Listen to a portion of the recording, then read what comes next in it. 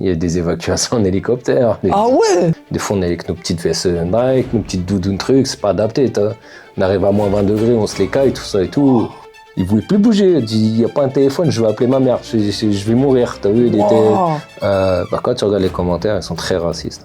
Et si on prend les petits quartiers de bobos, les petits quartiers de riches, voilà, ils ont déjà le nez dans la coke, tout ça et tout. Donc c'est pas mieux non plus. Il faut un peu l'histoire de la rue qui rattrape un peu. Tu passes par la casse-prison. Tu sais, la pauvreté, la galère, ça t'enlève certains côtés de ta dignité, quoi. La personne, tu la laisses, tu sais pas où elle va dormir. J'avais une collègue, quand il n'y a pas de solution, elle ramenait chez elle. Ah ouais? Ramener chez elle. Et moi, je laisse pas quelqu'un dormir à la rue. C'est pas anodin ce qui se passe aujourd'hui. On récolte ce qu'on sait. Depuis, j'étais un petit de 14 ans, il vient, il est allumé. Voilà, tu te balayes.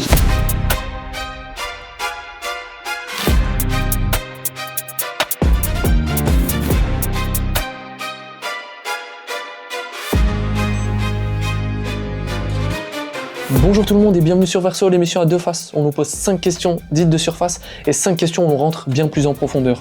Aujourd'hui, je reçois Samir Souadji, directeur de l'association Apart. Comment tu vas? Très bien, Isa. Dis-moi, comment t'es arrivé à te construire un réseau comme le tien après plusieurs années? Parce que moi, je vois que quand même l'asso, elle s'est entourée de pas mal de gros noms, comme Yacouba Diawara, ancien joueur NBA, Morgan Charrière à l'UFC. Comment ça s'est fait tout ça? En fait, ça s'est fait assez naturellement. Hein. Ça s'est fait avec la construction du projet de l'association. Donc c'est quand même une asso qu'on a créée il y a maintenant plus de 22 ans. Donc voilà, c'est pas fait en 2 jours. Et ça s'est fait principalement, pour la faire court, par le réseau. Par le réseau, et c'est ce qu'on enseigne un peu au quotidien. Tous les jeunes qu'on accueille à l'association, c'est un mot qui revient à chaque fois. Faites-vous de votre réseau. Soyez ouverts, soyez connectés avec les autres, soyez avenants, de façon à pouvoir se développer ses propres projets et son réseau personnel, parce que c'est comme ça que ça fonctionne aujourd'hui. Ok, mais concrètement, comment on fait pour se faire un réseau? On passe par les réseaux sociaux, bouche à oreille? Alors, moi de ma génération, les réseaux sociaux, c'est nada. Et si tu peux le voir, même les réseaux sociaux, en tout cas le compte Instagram de l'association Apart, parce que nous c'est Apart, c'est vrai que sur les réseaux c'est Apart Asso, parce que à l'époque il fallait mettre quelque chose, je crois, Apart c'était déjà pris.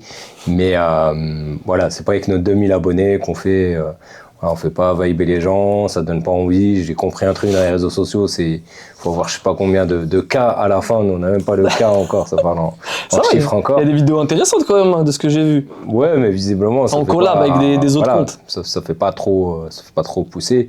Mais alors comment on se fait un réseau comme ça? Je sais pas vraiment l'expliquer. C'est du temps passé, c'est du travail. Je dirais plus du côté du travail, où c'est des gens qui sont venus vers nous parce qu'ils apprécient le travail. Moi, tu parles de Yacouba Diawara, c'est quand même quelqu'un qui est natif de Tremblay, donc on se connaît. Moi, j'ai été à l'école avec son grand frère pendant pas mal d'années. On a fait tout le collège ensemble, tout ça et tout. Donc les connexions, elles se font assez facilement. Tu parles de Morgan Charrière, là du coup c'est par connaissance, c'est des gars de chez lui avec qui on a bossé. J'avais lancé à une époque l'Apart Academy, et donc l'idée c'était de sponsoriser des jeunes qui voulaient se lancer dans les sports de combat, et notamment dans le MMA, sous forme de bourse, et qu'ils puissent leur offrir tout un tas ou un cadre d'entraînement professionnel ou semi-professionnel pour percer dans leur projet. Et ça, Morgan, il avait totalement adhéré, il nous avait donné un stage dans un premier temps. Après, Morgan, on partage une passion commune, lui et moi, qui est la moto, et notamment l'enduro, tout ce qui est moto. Ah ouais? Et tout. Donc on est partis en séjour ensemble.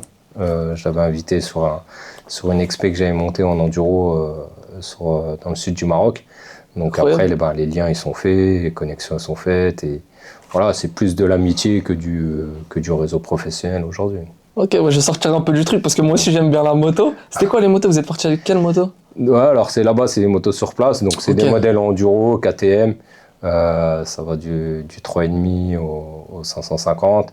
Donc des bécanes qui sont bien prêtes, qui sont enduro, c'est le cas de le dire, parce que là-bas, voilà, c'est la souffrance de la chaleur, le sable, la plage. On a ridé sur les plages, tout ça et tout. Juste avant de venir, j'étais en train de reposter parce que j'ai un autre compte Insta qui s'appelle Outdoor Experience.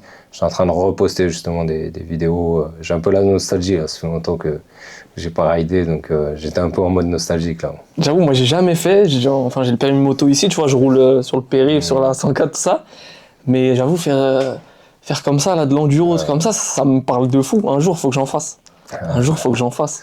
Ah ouais, il faut. Moi, tu vois, c'est tout l'inverse. Tu vois, j'ai quasiment lâché la moto en ville.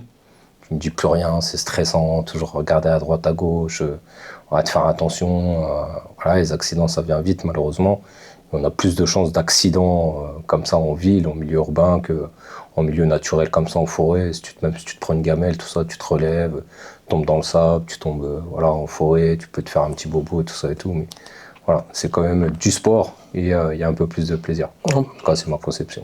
Ouais, mais c'est bien que tu le dises parce qu'en plus récemment, je sais pas si t'es au courant, juste à côté, à Tremblay, un jeune de mon âge, il est mort en moto malheureusement. Malheureusement. Mais en tout cas, pour revenir sur le réseau, de ce que j'ai compris de ton époque, c'est le bouche à oreille. Nous, en tout cas, ma génération, je sais que ça passe beaucoup par les réseaux sociaux. Et pas avoir peur de parler avec les gens, quoi. En gros, c'est un peu ça. Ouais, c'est un peu ça. Après, c'est un peu ma mentalité de ma génération aussi. Je trouve que le réseau social, ça fausse aussi un peu les relations. Ce que j'ai remarqué, moi, des réseaux sociaux, un petit message, si je peux me permettre, via Verso, c'est que, en fait, si t'es pas quelqu'un dans les réseaux sociaux, on va pas te calculer. Et tandis que quand tu es dans la rencontre humaine, quand tu rencontres les gens, tu échanges, tu vois qu'il y a des passions communes, il y a des points communs, il y a des parcours peut-être en commun. En fait, il y a de l'humanité. Là, ça va faire que tu as une accroche, mais une accroche un peu plus saine. C'est juste mon petit point de vue personnel, et quand j'entends tous les jeunes à tout prix, soit ils veulent faire des dingueries pour attirer l'œil dans les réseaux sociaux, ou soit ils veulent absolument voilà, collaborer avec quelqu'un qui est déjà connu ou autre. Et à l'inverse, des gens, moi ça m'est arrivé, des gens qui, soit on te propose de l'argent pour apparaître sur des trucs, mais moi au début je comprenais rien moi dans ce système-là. Je dis mais qu'est-ce que tu me racontes Pourquoi tu veux me donner de l'argent? Bah oui, je dis c'est quoi une fois il y en a un, je vais pas le nommer, il me sort moi, t'as vu j'ai un pastis bleu, c'est quelque chose. Tu vois ça. Toi t'as pastis, garde là, t'as vu. Et c'est pas faute de lui avoir rendu pas mal de services à l'époque, tout ça et tout. Mais je lui dis, ça se monnaie. Mais moi, j'étais pas encore. Aujourd'hui, je le comprends un peu plus, je maîtrise un peu plus les codes, donc je réagis autrement, je calcule pas, c'est tout. Mais voilà, je pense que les réseaux sociaux, là, la relation n'est pas aussi saine que quand tu es dans une connexion un peu plus humaine. Ah, je comprends ce que tu veux dire en vrai de vrai, tant que cette connexion, elle se fait uniquement par les réseaux sociaux. Mais je pense que si le premier contact se fait par les réseaux sociaux, c'est une bonne chose parce que t'aurais pas eu l'occasion par exemple de la croiser dans la rue, mais après par la suite avoir un vrai contact humain, tu vois, avec cette personne-là. Peut-être dans ce sens-là, mais rester que dans le contact possible. Aujourd'hui, c'est vrai ce que tu dis. Aujourd'hui, on a des rencontres aujourd'hui sur des sujets qu'on partage, surtout sur le outdoor, où des gens, on s'est parlé via les réseaux sociaux, on s'est rencontrés dans un deuxième temps, et après, voilà, on est en train de construire des projets ensemble. Donc c'est vrai que c'est pas faux. Ok. Réussi à me convaincre, t'as vu. Tu m'as remis dans... Non mais c'est vrai, tu m'as remis dans une réalité pour un ou deux cas. Pour moi, c'est un premier contact pas négligeable, tu vois, c'est des gens que t'as pas l'occasion de croiser dans la rue. C'est plus dans ce sens-là. Je vais t'expliquer le concept de l'émission, et je vais le rappeler pour les gens qui ont l'habitude de nous écouter. Devant nous, il y a un livre posé sur une plaque pivotante. Ce livre a deux faces, une face blanche et une face noire. Sur la face blanche, je vais te poser 5 questions pour apprendre à te connaître tranquillement. Mais à mi-chemin, le livre pivote et on passe sur la face noire, le verso de l'émission. Je vais te poser 5 questions beaucoup plus clivantes, où on va vraiment, entre guillemets, rentrer plus en profondeur. Là, dis-moi, explique-moi quand et comment tu t'es dit je vais lancer une association qui aide les jeunes de quartier, que ce soit socialement ou professionnellement, à s'insérer. L'histoire est super simple. À l'époque, c'est-à-dire, je te parle là un peu des 2000-2004, pas du tout vocation à créer une asso ou faire quoi que ce soit. Je devais avoir à peu près ton âge, j'avais 22 ans à l'époque, je fais un truc comme ça. Et j'étais en pleine construction aussi moi-même professionnelle. Et du coup, toujours à graviter dans le centre-ville, notamment à Tremblay en France. Et là, des jeunes viennent me voir, plutôt génération petit frère, tout ça et tout. Ouais, Samir, aide-nous à monter une asso.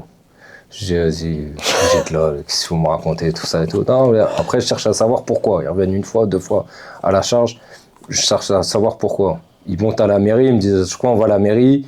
Ils nous calculent pas. Nous, on fait, à l'époque, ils faisaient beaucoup de rap, tout ça et tout. Nous, on fait du rap, nous, on veut ceci, nous, on veut cela. Mais ils veulent rien faire, on va commencer à cramer des voitures, tout ça et tout. Oh. C'est pas une façon de parler, quoi, tu vois.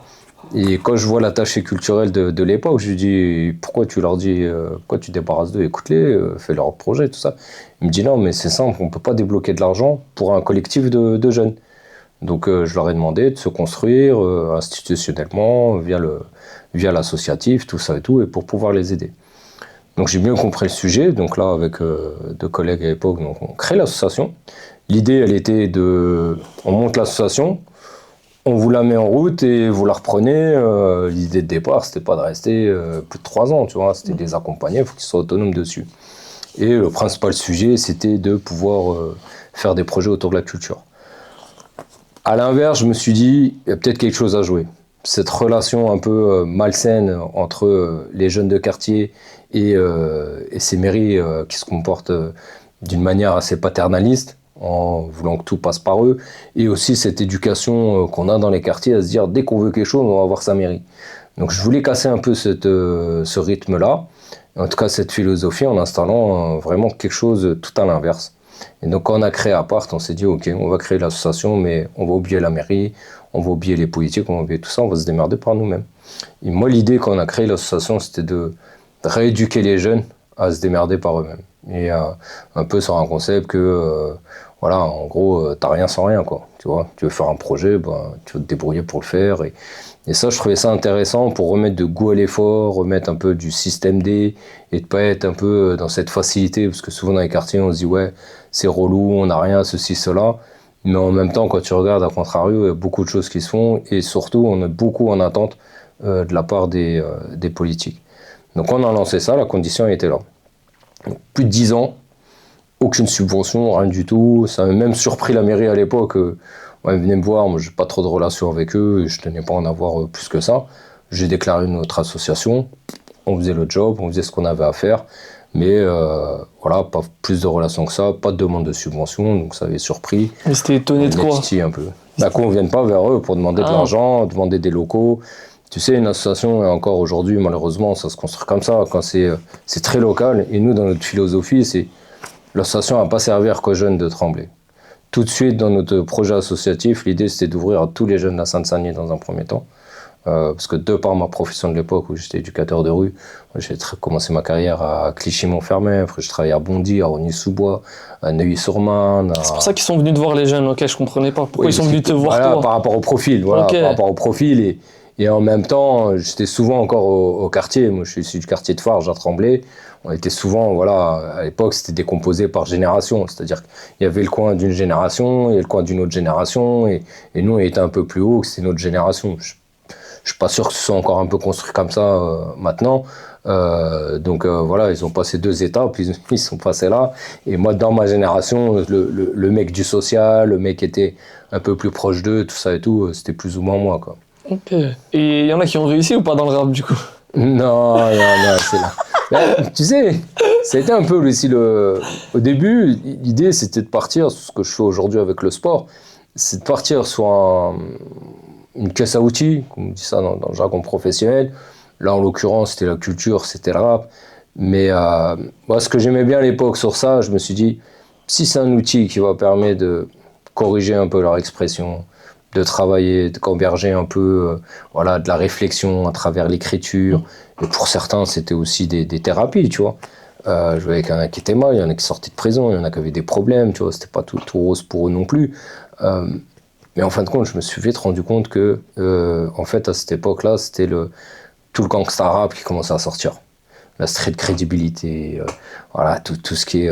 C'était une figure de réussite. En fait, les rappeurs, c'était la figure de réussite un peu à l'époque. Voilà. Plus à l'époque que maintenant. C'était vraiment dans tu vois, toute cette génération, je ne vais pas citer tous ces rappeurs-là, pour moi, qui ont tué le rap, tu vois, et en même temps, qui ont tué une génération avec eux, parce que, à faire croire que, à travers leur musique, qui drainait pas mal de monde, parce que ça a marché, ce truc de mytho, de dire on a des armes, là on fait l'apologie de la drogue, l'apologie de tout ce qu'on peut trouver de négatif dans les quartiers.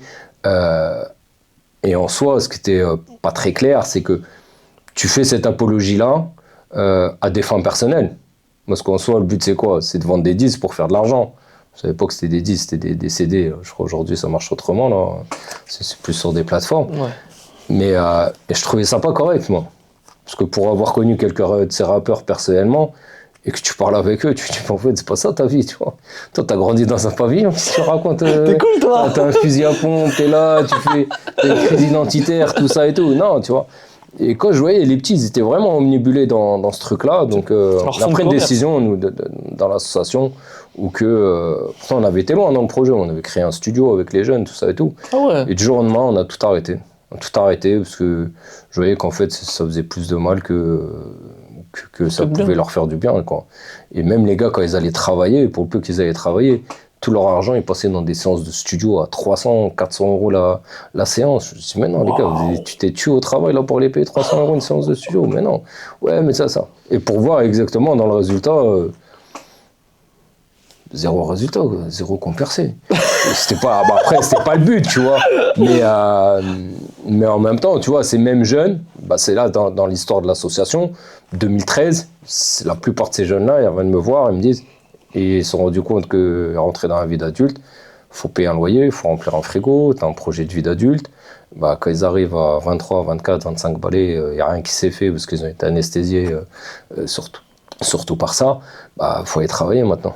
Donc là, et c'est là qu'à cette période-là qu'on s'est mis à travailler sur le projet d'insertion professionnelle et d'accentuer, parce que dès le début de la création de l'association, on faisait du sport aussi, du sport nature. Donc il y a là d'accentuer nos projets autour de l'insertion par le sport nature. Ok, donc au final, l'évolution, elle suit un peu la trajectoire des jeunes. T'as suivi un peu leur... souvent, moi, ce que je dis, pour faire un parallèle avec le Covid, nous, on est le virus mutant du monde associatif, tu vois.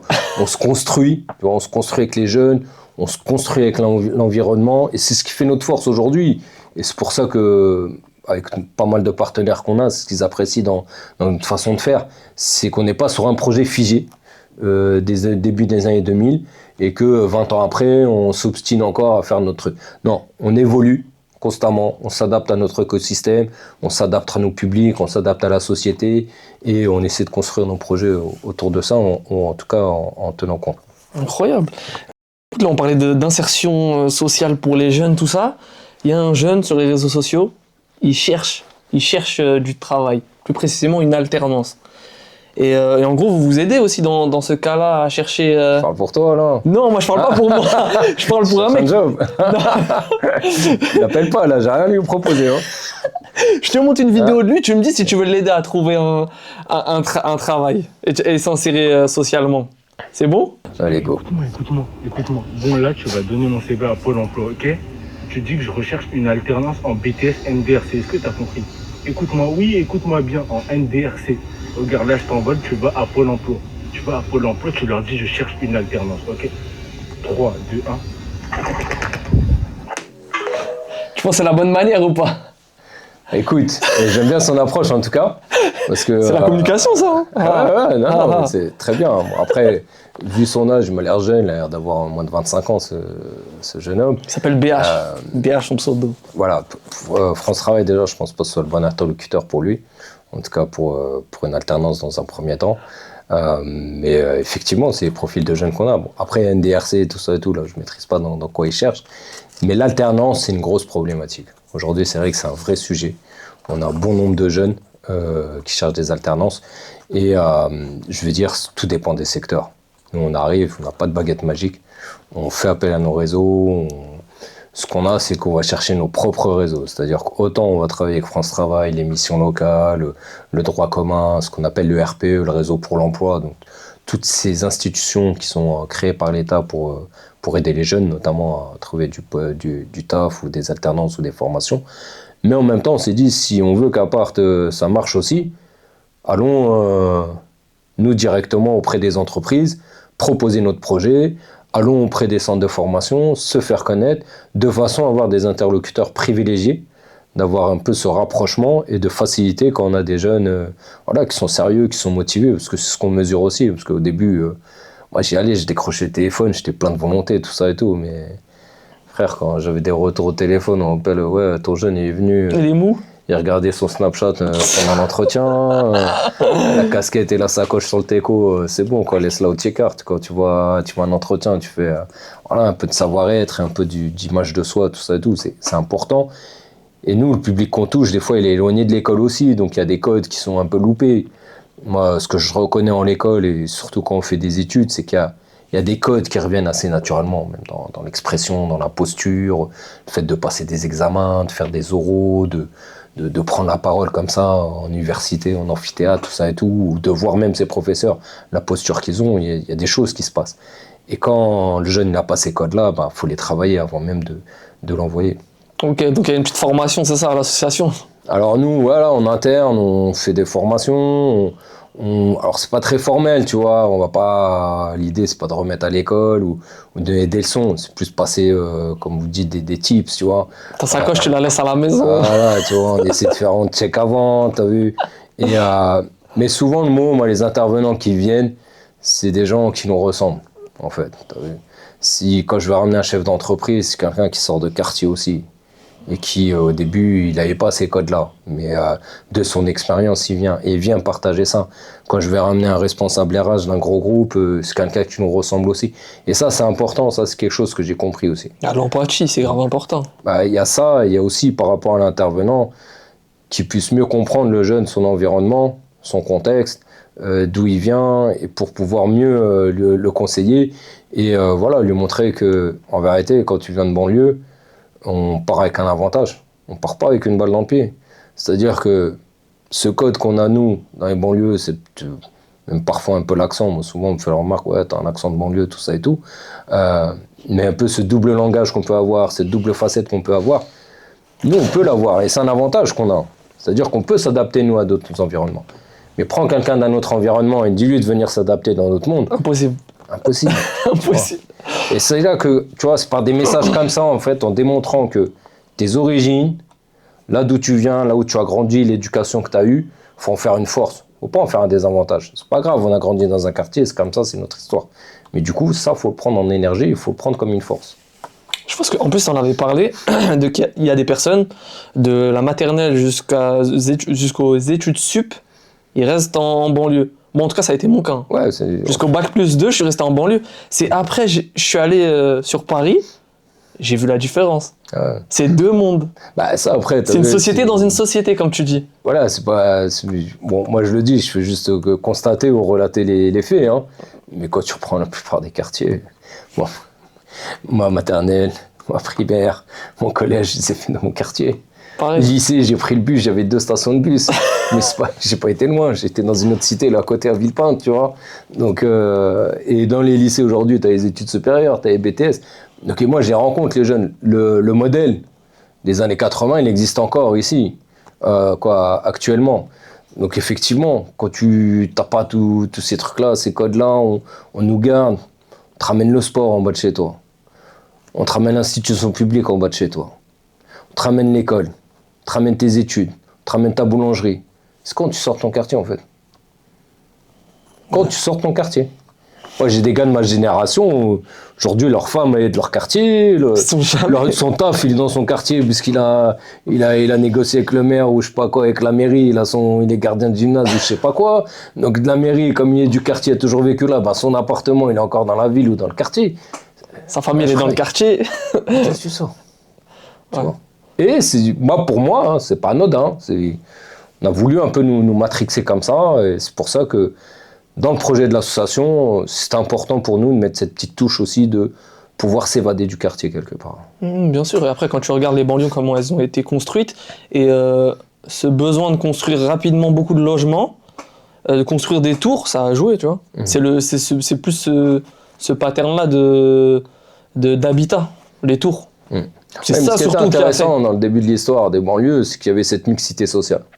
Autant tu retrouvais des cadres, tu retrouvais des ouvriers, il y avait une belle mixité. Moi encore dans des années fin 70, 80, les années auxquelles je suis né, moi je vois dans les années 80, t'as vu, on avait encore un peu cette mixité, tout ça et tout. Aujourd'hui c'est perdu. C'est perdu. Ouais, bien sûr. Je vois ce que tu veux dire. Pour de vrai, ça s'est perdu. Je vais te montrer une vidéo. Je voudrais que tu nous parles de l'exploit des jeunes femmes issues du 93 qui ont gravi le Kilimandjaro avec ton association. Ça a été repris par plusieurs médias, que ce soit Canal+, ou même Le Parisien, France 3. Toi, t'as été à la manœuvre de ça? Ouais, un petit peu quand même. Un petit peu. Ça, je vais te montrer ça. Ouais, quand tu regardes autour de toi, on ressemble à personne. On est un groupe atypique. On aurait pu trouver des filles hyper sportives et qui avaient entre guillemets 100% de chance de monter, mais c'était pas l'objectif en fait. Nous, l'objectif, c'est de faire découvrir la montagne à des personnes qui en sont éloignées et qu'on n'attend pas là-bas. Je pense que d'avoir des gens qui te disent c'est pas possible, c'est le meilleur truc. Ça te donne envie. Et je pense que c'est pour ça que dès le début j'ai kiffé le projet et que j'ai eu envie de venir avec vous et tout là-dedans. Moi c'était pour des raisons de santé et tout, mais j'ai eu ce moment dans ma vie où on m'a dit Victor, maintenant c'est plus possible. C'est ce qui fait que l'histoire elle sera belle. Ouais. 8 meufs de test et un tuberculeux qui fait monter la montagne. Alors, C'est là, chelou. tu vois. Quand j'ai commencé à m'entraîner avec Franchement, pas mal le reportage. Hein. Ouais, le doc, ouais, super. Ça a été une collaboration avec Canal+, qui sont venus nous trouver. Donc ce projet-là, il s'est pas monté. Ça, je le répète assez souvent, parce que faut on croit que dans le monde associatif, on est technique, on va faire du buzz et tout. Ce projet-là ne s'est pas monté parce qu'il y avait un documentaire. Le projet était déjà parti. Et du coup, en parallèle, ce gars-là, Victor, qui est super génial, là, que dans son concept avec Canal+, là, dans, je sais plus comment c'est, Voyager au bout de l'effort, c'est des documentaires Canal+, est venu nous trouver pour... il m'a dit, moi, sur ma to-do list, parce qu'il a une histoire quand il était malade, tout ça et tout, il avait noté, je veux faire le Kilimandjaro. Ok. Et du coup, je lui ai dit, écoute, moi là-bas, c'est une cordée 100% filles, donc... on va se rencontrer, on va décider si elles acceptent que C'est ça. de le faire. Quoi, C'est pour ça que je t'ai posé la question, parce que je te demandais si t'étais à la manœuvre de tout ça, parce que j'ai compris que t'avais un pôle féminin et un pôle homme, tu vois. C'est pour ça que je t'ai posé la question, parce que je me suis dit, est-ce que tu gérais aussi le pôle féminin? Ouais. Alors c'est pas un pôle féminin et un pôle homme. Ok. On a l'association de façon générale, voilà, on a tous nos projets qui sont ouverts à tout le monde et à tout jeune, hein, que ce soit un homme, une femme, voilà, issu du département ou non d'ailleurs, parce qu'aujourd'hui on fait des actions sur l'île de France et des cordées comme ça, on en organise dans la France entière, en tout cas pour d'autres villes. Et alors l'idée du Kilimandjaro, comme ça, 100% femmes, elle est géniale cette histoire, parce que c'est venu un peu sur une petite anecdote où que moi j'étais au bureau, on était en train de préparer avec 2-3 gars là, de l'assaut notre expédition au Kirghizistan en 2022, non, en Bolivie, 2022. On partait en Bolivie, donc j'étais à fond sur la préparation, tout ça et tout. Et il y avait Wafa, Dorothée qui était là, et une autre jeune, je crois, Wided, qui était à l'assaut comme ça. Et bon, on parle de montagne, truc, ça, 5000 mètres d'altitude, et là-bas, et là-bas. À un moment donné, ils disent, ouais, nous, pourquoi on fait pas. Parce qu'effectivement, il y a un pôle féminin qui s'est monté dans l'assaut par des filles de l'assaut, à la demande des filles de l'assaut, donc c'est pas un projet de l'assaut à la base, qui aujourd'hui s'appelle les Premières de Cordée. Et comme ça, elle m'interpelle, elle me dit ça, et moi je la regarde comme ça. Et je rigole, tu vois. Je me dis, tu vas aller où, toi?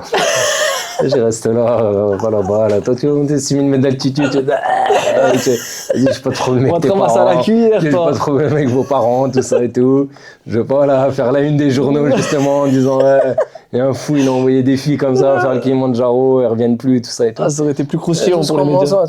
Tu vois, après, j'ai charrié un peu, tu vois, j'ai taquine. Souvent, un peu, la sauce, c'est quand même bon enfant chez nous. Et je leur dis, vous êtes sérieuse, vous voulez le faire? Je dis, quand est-ce que vous avez fait la dernière fois, vous avez fait du sport et tout? Il y en a une, elle me sort, moi, je sais pas, depuis le collège, je crois que j'ai pas fait de sport. Je dis, ah ouais, et là, tu veux faire le Kilimandjaro? Ouais, je le fais, il y a quoi? Tu crois de nous les meufs? Hein? Tu vois, t'as touché l'ego, là. Délire, T'as touché l'ego. Je dis, écoutez, vous avez 6 mois, préparez-vous. C'était à la sortie du Covid. Donc on avait des fonds d'une fondation privée qu'on n'a pas utilisée pendant l'époque du Covid. Donc je leur dis, écoutez, il y a ces fonds-là. Donc voilà, si vous êtes chaud, vous dites, vous avez une bonne prépa physique, tout ça et tout, vous investissez dans le projet, go, on y va. Et on fera la première cordée 100% femmes des quartiers de France à faire l'ascension du Kilimandjaro. Et donc ça c'est fait. Et on est peu fiers parce que c'est la seule cordée de toutes les expés qu'on a pu organiser, où on a eu 100% de réussite. Donc elles sont toutes arrivées au sommet. Ok. Moi qui l'ai fait, le Kilimanjaro en 2018, avec des gaillards quand même aguerris, hein, de ton âge, des sportifs bien comme il faut, tout ça et tout. Il y en a qui sont restés en bas. Hein. Ah ouais. Il y en a qui ont flanché. Hein. Il y en a le mental, ça tapait. Il y a des évacuations en hélicoptère. Ah ouais. Ah ouais. Non. Et là, c'est la seule, jusqu'à aujourd'hui, la dernière que j'ai faite, c'est au Kyrgyzstan. Et encore, il y en a 2 jeunes qui ne sont pas montés le jour de l'ascension, Jour J, quoi. qui n'ont pas été jusqu'au bout. Donc c'est la seule aujourd'hui, dans l'histoire d'Apart, c'est la seule cordée qu'on a 100% de réussite. Incroyable. Et c'est des femmes. Et des femmes, C'est un truc de fou. très éloignées au départ du sport. Et à savoir, ce qui interpelle souvent, moi quand je me fais interpeller sur la question de la haute montagne et des expéditions qu'on organise, c'est que nous, en quartier, on n'a pas cette culture de la montagne. Elles n'ont jamais vu de la montagne avant de partir au Kilimanjaro. La haute altitude, on ne connaît pas. Notre corps, il ne connaît pas. Tu prends un montagnard qui est né à la montagne depuis tout petit, son organisme, il est au courant de ce qui se passe. Il manque d'oxygène, il est au courant de son environnement. Nous, on part de zéro. Le plus haut qu'on a pu voir, c'est peut-être être en haut d'un 13e étage, tu vois. C'est ce que j'avais dit. Et on fait les oufs, on va dans des bleds comme ça, à l'autre bout du monde. Et on se dit, tiens, on va marcher, on se retrouve à 5000, 6000 mètres d'altitude, 50% d'oxygène en moins dans notre cerveau, des épreuves très physiques quand même. Et c'est là, quand on revient, c'est là qui est génial. Parce que je leur dis, attends, t'as fait ça maintenant, qu'est-ce qui te freine? Ton alternance, là? C'est ton quoi truc, va le chercher. Ouais, je t'ai dormi sur des cailloux pendant 15 jours, t'as été chercher ça, tu t'es reconnu dans la difficulté, t'as vu c'était quoi un peu, au moins, même sur un court terme, des épreuves, en tout cas, t'as mis ton mental en jeu, là. Donc, voilà, le reste, c'est de la gnognotte, quand même. Ouais. Et c'est un peu le projet d'Apart aujourd'hui, à travers, en tout cas, nos experts. Ah, c'est clair, c'est incroyable. Au final, il n'y a rien qui t'arrête une fois que t'as fait ça. Ça y est, parce qu'en vrai, mentalement, je pense que c'est l'un des trucs les plus difficiles mentalement. Bah ça, c'est ce qui long. nous pousse, c'est ce qui nous pousse dans ce travail-là, parce que effectivement, c'est moi déjà quand j'ai commencé la montagne un peu plus jeune, j'ai vu que ça avait un impact direct sur moi. J'ai vu que l'impact que ça a eu, l'énergie que ça m'a donné. À quel âge? J'ai commencé à aller en montagne à 19 ans, mais à travers le ski, donc c'était pas vraiment une bonne connaissance de la montagne. Après, à 21 ans, j'ai commencé à emmener des jeunes, justement. J'ai connu à travers mon métier d'éducateur à la montagne. Et après, j'ai commencé à y aller perso. J'ai commencé à faire des sommets à 23, 24 ans à peu près. Et je me suis dit, non, il faut le partager, ça. Tu sors, tu voyages, tu rencontres du monde. Après, c'est une micro-société dans la montagne, surtout en France. C'est un sport de riches. Il faut de l'équipement, il faut de l'argent. Et nous, c'est pas commun. Quelqu'un qui a des vacances, même qui travaille, moi à l'époque, quand je disais à mes potes, vas-y, on va à la montagne. Ouais, mais moi, attends, il faut que je pose des jours. Ils me disaient, t'es un ouf, toi. Moi, mes jours de congé de l'année, je vais aller à la montagne. Ah bah oui. Laisse-moi aller en Espagne, laisse-moi aller dans le sud, laisse-moi aller à la mer, tu vois. Et pour eux, c'est pas des vacances. Ouais. Hey, tu vas marcher, c'est quoi ton programme? Ouais, on va marcher. T'es un ouf, toi, quoi. Ouais, Laisse-moi, il moi, je prend veux me pour un fou. détendre, moi, je veux, tu vois. Donc, j'y allais pas mal seul ou avec un comité très restreint. Mais c'était pas plus mal parce que du coup, mon réseau de montagne s'est fait comme ça, quoi. En y allant et après en emmenant des jeunes. Alors pas tout de suite dans le dur à travers des expéditions, mais à travers le sport en montagne, le parapente, le rafting, le canoïing, tu vois. Un peu tous ces sports qui te... Tu vois, quand t'es dans le quartier, t'es... Sur le loin de chez nous, ce t'es sport-là. gonflé, t'es en confiance, t'es dans ta zone de confort, mais et que tu vas là-bas après, un canoïing, il dit vas-y saute. Ou le parapente, allez cours, c'est bon, ça décolle. Wow. J'avais vu, ils devaient courir, tu vois, parapente, tu cours, même c'était avec le moniteur, il a décollé, j'avais vu, ils freinaient avec leurs pieds comme ça, ils disaient là, le moniteur, il poussait, hop, et jusqu'à ils partaient, tu vois. Ils entendent des gros cris, tu vois. C'est un truc de fou. Ah ouais, incroyable. Incroyable, ouais, ça sort de ta zone de confort, on va dire. Bah, ça, et après, tu vois, quand t'es un peu déstabilisé, tu reviens plus fort dans la vie. Tu reviens plus fort, tu développes des compétences que tu n'imaginais pas avoir. Nous, on l'a vu quand on a lancé la première cordée en 2015, et on a été dans l'Himalaya. On était fait un sommet à peu près 5500 mètres, le Kalapatar. 3 semaines de trek. Donc en soi, c'était pas que le sommet, c'était tout le trek. L'Himalaya, tu marches beaucoup. vois, tu vas prendre des sommets, le Kilimandjaro, tu vas au pied du Kilimandjaro, tu commences ton trek pendant une semaine. L'Himalaya, avant d'arriver au pied de ton sommet, tu marches minimum 10 jours. Hein. Tu traverses des vallées, des villages. Bon, après, c'est magnifique, hein, mais tu marches. 10 jours? Ah oui, c'est-à-dire que tu arrives le jour de ton ascension, tu as déjà 10 à 15 jours de marche derrière toi. Donc, tu as une fatigue. Combien d'heures de marche par jour? En moyenne, c'est minimum 5, 6, voire entre 5 et 9 heures de marche. Wow. Et le jour d'une ascension, c'est 15, 17 heures de marche. Quand on est redescendu le jour du Kyrgyzstan, quand on a fait le jour de notre ascension, on est parti à 3 heures du matin. Et le jour même, à 19 heures, on devait redescendre, parce qu'on est redescendu toute la vallée jusqu'à notre point de départ. Ah ouais. Donc ça représentait à peu près 3 heures, 19 heures. Ouais, c'est pas loin de 15, 16 heures de marche. Il n'y a pas de pause, rien? Si. Okay. Évidemment, tu t'arrêtes, tu manges un œuf dur, un morceau de pain, tu manges des fruits secs, voilà, mais après, il faut y aller, quoi, à un moment donné. Faut pas avoir des faire trop de pause non plus. Hein. Faut pas avoir des problèmes d'articulation quand tu fais ce genre de truc. Après, t'as des séquelles, c'est pour ça que la préparation, elle est importante aussi. Ouais. Il y a des séquelles aussi, même après? Il peut y avoir des séquelles, quand tu fais 19 heures de marche, et après, déjà, t'as 2 semaines de marche dans les pattes, ou 10 jours de marche, les courbatures, comme tu dis, les articulations, les ampoules aux pieds. C'est pas notre environnement, t'as vu, donc quand tu pars... Et c'est là que c'est intéressant, parce que quand on travaille ces expéditions-là, les jeunes, souvent, ils sous-estiment un peu. Il y en a, je me rappelle, il me dit, quand on préparait le Kilimandjaro, je dis, Mohamed, prépare-toi. Et il me regarde comme ça, il me dit, Samir, si toi tu le fais, comment moi, à mon âge, je vais pas le faire? Je dis, d'accord, on en reparle. Oh, il a fait le show. Et ça a été un des jeunes qui n'a pas fait le sommet. Mais quand je lui ai dit, alors, tu vois, non, je peux pas. En plus, lui, c'était même pas physiquement, c'est mentalement, il a craqué mentalement. Donc, voilà, mais la préparation, voilà, à pas sous-estimer.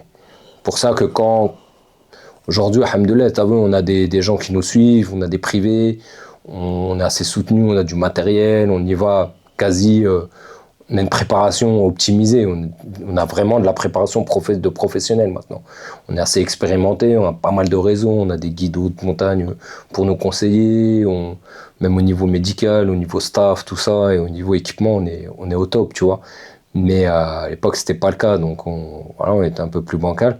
Mais la préparation, c'est-à-dire quand on va un petit peu en montagne ou quand on fait des grosses journées randonnées, là, du coup, les mecs, ils s'en rendent compte quand ils se disent, c'est réel. Pas sous-estimé. Ouais. Et ce qui en sort souvent, en fait, tu blagues pas avec la nature. Elle sera toujours plus forte que toi. Hein. Que tu sois dans la mer, parce qu'on fait des stages de surf aussi, que tu sois en montagne, n'importe où, que tu sois dans le désert. On n'est rien du tout. C'est ça aussi qu'on veut apporter, tu vois. La philosophie, elle est là, tu vois. Ok. Je vois ce que tu veux dire. En tout cas, après 20 ans, là, sur le terrain, qu'est-ce qui t'inquiète le plus sur les prochaines générations? Après 20 ans. Écoute, j'ai pas vraiment d'inquiétude. J'ai pas vraiment d'inquiétude parce que moi, j'ai accepté que la société aussi, elle change, que sur le monde professionnel, il y a aussi d'autres choses à faire. Aujourd'hui, avec l'arrivée de l'IA, il y a plein de nouveaux métiers qui vont se créer ou qui sont déjà créés. Donc, je pense qu'aujourd'hui, il y a plus même ce qu'on dit aux jeunes au niveau sur le plan professionnel. Il y a plus de chances pour les nouvelles générations de devenir riches, entre guillemets, en tout cas de s'en sortir bien quand on se donne les moyens, que nous, ce qu'on avait à l'époque où l'éducation qu'on avait sociétale, c'était... T'as ton bac, tu te formes un métier, t'as ton CDI, tu te maries, t'as ta petite bagnole, ta maison. Nos parents, ils ont toujours les mêmes attentes. Ouais. Mais nous, on n'a plus les mêmes objectifs. Parce que ça, c'est nos générations. Ouais. C'est pour ça qu'il faut comprendre. Moi, j'arrive à le comprendre aujourd'hui, parce que c'est mon métier, et je vois une vingtaine de jeunes en moyenne par jour. Donc, je commence à concevoir le truc. Au début, on se posait des questions, on proposait des CDI aux jeunes, on avait un plan avec une boîte, une entreprise. Les jeunes, tu t'es dit, tu lui proposes un vrai truc, là. Mais des boîtes avec la SNCF. Un jeune, on l'a placé, conducteur tramway. Un jour, il m'appelle, il me dit, Samir, il a même pas fait un an. Il me dit, ça me plaît pas, cette taf-là. Je dis, c'est le truc, c'est lui. Normalement, tu m'appelles, tu me dis, ça y est, je me marie, j'ai pris mon appart. Tu vois. Moi, j'ai entendu parler de la SNCF. Il me dit, ça me plaît. Je lui dis, d'accord, qu'est-ce que tu veux faire? Il me dit, je vais entreprendre. Je kiffe la cuisine. Je vais ouvrir mon petit truc de burger, tout ça et tout. Je dis, qu'est-ce que je te dis, fonce. Tente, t'as 23 ans, tente. Il l'a ouvert aujourd'hui? Il a 23 piges. il a tenté l'expérience, je pense que ça n'a pas trop marché. Après, il est parti se former sur une autre formation. Là, je sais qu'il est beaucoup dans le sport aujourd'hui. Mais quand je le vois, il est beaucoup plus épanoui. Donc quand il va décrocher son taf, qu'il va le garder dans cette dynamique épanouie, je pense que c'est assez important. Après, peut-être le phénomène qui va m'inquiéter, oui, c'est les addictions. Les addictions qui détruisent à petit feu la jeunesse, et de plus en plus tôt. Nous, à l'époque, au collège, à 11 ans, s'il y en a qui touchent à une club, déjà, c'était waouh, truc de ouf, tu vois. Aujourd'hui, des petits au collège, ça joue au paris sportif, prend des ballons, ça boit de l'alcool, fume du shit qui est plus du shit aujourd'hui. À l'époque encore, c'était plus ou moins naturel, aujourd'hui c'est plus ou moins synthétique. Et on voit que ça bug, quoi. On voit, moi je le vois l'assaut. C'est les jeunes qui bug, qui scotchent comme ça sur des questions, et sur des questionnaires. Petite anecdote, t'en as une fois, il me sort, c'est quoi célibataire? Oh, t'as vu, là on sait que il y a du taf. Il y a un boulot monstre avec toi. Ouais, oui, parce que en fait, c'est des choses. En fait, il y a beaucoup des fois, tu dis, on est prêt à tout reprendre à zéro, mais des fois, il y a des points de départ qui sont quand même, voilà, qui nécessitent. Je sais que je vais en khalas. C'est plus bas que zéro, là. Ouais. Voilà, je vais en khalas des intervenants parce qu'il faut reprendre les choses vraiment du départ. Mais ce qui est intéressant dans nos projets sportifs aussi, parce que dans le mode relationnel qu'on a après avec eux, toutes les occasions, tu sais, quand même tu voyages avec une personne, et comme on dit souvent, on apprend à se connaître à travers le voyage surtout, mais quand tu voyages, l'information elle passe mieux. Quand tu te déplaces, quand tu fais du sport, quand tu partages quelque chose comme ça, et ce que j'aime bien dans la montagne, moi j'ai déjà pris des personnalités avec nous, des footballeurs pros, grands avocats, tout ça et tout, mais frérot, quand t'es à la montagne, on est tous pareils. Quand on est en Hesse, on est à bout de souffle, on est à 5000 mètres d'altitude. On est tous pareils. Dans une cordée, c'est ça qui est bien, on est tous au même piédestal. Et là, quand tu échanges tout ça et tout, l'information, elle passe mieux. Parce qu'elle n'est pas descendante, en fait. Il n'y a pas de classe sociale, il n'y a pas de l'autre, t'es mieux que moi, tout ça et tout. Non. On est tous pareils, on est tous au même niveau. Donc les échanges sont beaucoup plus naturels. Tu dois avoir un contact humain incroyable là-bas. C'est la base. C'est la base. T'as la vraie personne en face de toi. Ça, c'est sûr. Et en fait, on est à nu, quoi, en fait. Ah ouais. On est à nu. T'as des moments où tu te remets en question toi-même. Moi-même, hein, chaque fois quand je bouge, c'est pour ça que j'accompagne, moi, sur chaque expé que je monte, j'essaie du mieux pour être présent, parce que je sais que ça me fait un bien fou à moi, déjà, personnellement. Moi, après Covid, j'ai eu des problèmes de santé assez compliqués, tout ça et tout, dans les années 2020. 2022, on part en Bolivie. Pour moi, c'était plus pour moi, personnellement, à 80% que pour le groupe. Bon, après, je suis là, c'est l'assaut, j'ai monté l'expé, tout ça et tout, mais à 80%, et les jeunes, ça qui était intéressant, ils savaient ça, ils étaient au courant de mon histoire et pourquoi je m'engageais dans cette expédition-là. Donc, il y avait même un soutien moral. En fait, ça va dans les deux sens, tu vois. Et c'est là qu'on remet de l'humanité un peu dans les relations. Parce que malheureusement, ça manque de plus en plus. Et à tous les niveaux de la société. Hein. Okay, donc ouais, toi, c'est plus de ce côté-là que ça t'inquiète un peu, mais... Ouais, ce que je dirais pour retenir un point, c'est vraiment les addictions. Et ça touche pas que les quartiers, c'est généralisé sur la jeunesse. Hein. Et si on prend les petits quartiers de bobos, les petits quartiers de riches, voilà, ils ont déjà le nez dans la coke, tout ça et tout. Donc c'est pas mieux non plus, tu vois. Et après, je pense que les ballons, ça touche toute une génération, même des adultes, malheureusement. J'ai vu des adultes toucher à ça. Bon, il n'y a pas longtemps, j'ai compris comment ça fonctionnait. Hein. Les ballons ? J'ai vu une vidéo, un mec, il avait un ballon dans... Je croyais qu'il gonflait le ballon. Non, il l'aspire. Voilà, et après, c'est un jeune assaut, il m'a dit non, mais c'est ça. Moi, je croyais que c'était des gaz là, qui s'enfilaient des gaz, ou ça passait pas... Je ne savais même pas que ça passait par un ballon. Tu vois, on disait ballon, je comprenais pas ce truc-là, tu vois. Et je me dis, ouais, mais déjà, rien que le geste, je le trouve golemon, quoi, tu vois. Je me dis, je le trouve rabaissant, quoi. T'es là, t'aspires dans un truc... dans un ballon, quoi. Ouais, bah oui. Quand j'ai vu la vidéo, ça faisait clown, quoi. Oui, tu vois, oui, je oui. me dis, mais en fait, il n'y a pas de... Tu vois l'état de la personne, humaine, en fait. Ça rabaisse la personne oui, directement. Voilà, il n'y a pas de... Voilà, c'est... Et ça, c'est dur après de rattraper ça, tu vois. Ça, quand t'es comme ça, ou même quand des... Je me dis, la personne qui se voit, ou des fois ça se filme entre eux, ça s'envoie des snaps, tout ça et tout, tu perds totalement confiance en toi, quoi. C'est rabaissant. C'est rabaissant. Quand t'es éclaté, t'es mort bourré ou sous ballon, tu traînes par terre, tu trucs, tout ça. Même tes potes, après, ils te respectent pas, quoi. Et ça, je pense que c'est compliqué à s'en remettre. C'est pour ça que la santé mentale, c'est une vraie question aujourd'hui dans la jeunesse. Ok, ouais. Écoute, là, j'ai une photo collector de toi avec une personne. Oh là là. Qu'est-ce que tu veux nous sortir là? Sors pas de dossier, je te dis tout de suite. Non, Hein. pas de dossier. Sors pas de dossier, hein. Non, c'est une photo collector dans le bon sens. Faut que tu m'expliques comment tu l'as rencontré, cette personne. Tu peux lui dire c'est qui Oh aussi. là là. C'est un grand monsieur. Excellent. Où tu trouves ces photos, toi? On a les filons. Ah oui. Oui. Eh oui, c'est un grand homme, oui, je dirais. Nadir Dandoun. Comment tu l'as rencontré? Nadir Dandoun, bah, tu sais, en fait, dans l'histoire de l'assaut et la question de la montagne, je te faisais tout à l'heure le parallèle avec d'autres sports qu'on a dans les quartiers. Si on prend les sports de ballon, les sports de combat, on n'a pas de mal à trouver des références de chez nous. Ouais. Pratiquement tout le monde sort de chez nous aujourd'hui. Les grosses stars du foot, t'en as plus de chez nous qu'ailleurs. Tu regardes l'équipe de France. Le basket, pareil. Tu vois, les sports de combat, pareil. Tu vois, moi, je suis ici du judo. J'ai toujours fait du judo. C'est une famille de judokas. Donc, on en trouve, tu vois. Mais de la montagne, en fait, on n'est personne, nous. Et heureusement qu'on a ce monsieur qui s'appelle Nadir Dandoun, qui a fait l'Everest en 2008, si je ne me trompe pas, et qui est parti totalement, voilà, comme ça, un peu à l'aventure. Je pense que c'était aussi par rapport à son histoire de vie de l'époque, mais qui n'avait aucune expérience en montagne. Donc ça rejoignait un peu le projet de l'association. Et un jour, je l'ai sollicité après l'Himalaya. C'est moi qui l'ai sollicité. C'est moi qui l'ai sollicité. Je ne sais plus c'est quel ami qui m'a donné son numéro. Je lui ai envoyé un texto. Je lui ai dit, écoute frérot, une asso, on fait un peu de montagne, tout ça et tout. Si un jour tu as 2 minutes, viens parler avec nos jeunes, on prépare une prochaine expo au Kilimandjaro, tout ça et tout. Et en même pas 5 minutes, il me répond. Il me dit, wow, mortel et tout, attends, mais t'as le 9-3, t'as le truc, ça, il me dit, on se voit quand, tu vois. Je crois que j'ai envoyé le lundi, le jeudi, on s'est vu. Hein. Il est venu, il me dit, tiens, vas-y, récupère-moi à Gare du Vergalan et tout, je viens direct, tout ça et tout. Il est venu avec sa grosse doudoune et tout, et pas et il a fait un Il avait l'outfit Everest. C'est quelqu'un qui est très nature, ça, pur produit du 9-3. Et quand il est arrivé, il n'y a pas de manière à dire, quoi, tu vois. Connexion directe. Aujourd'hui, c'est la famille, tu vois.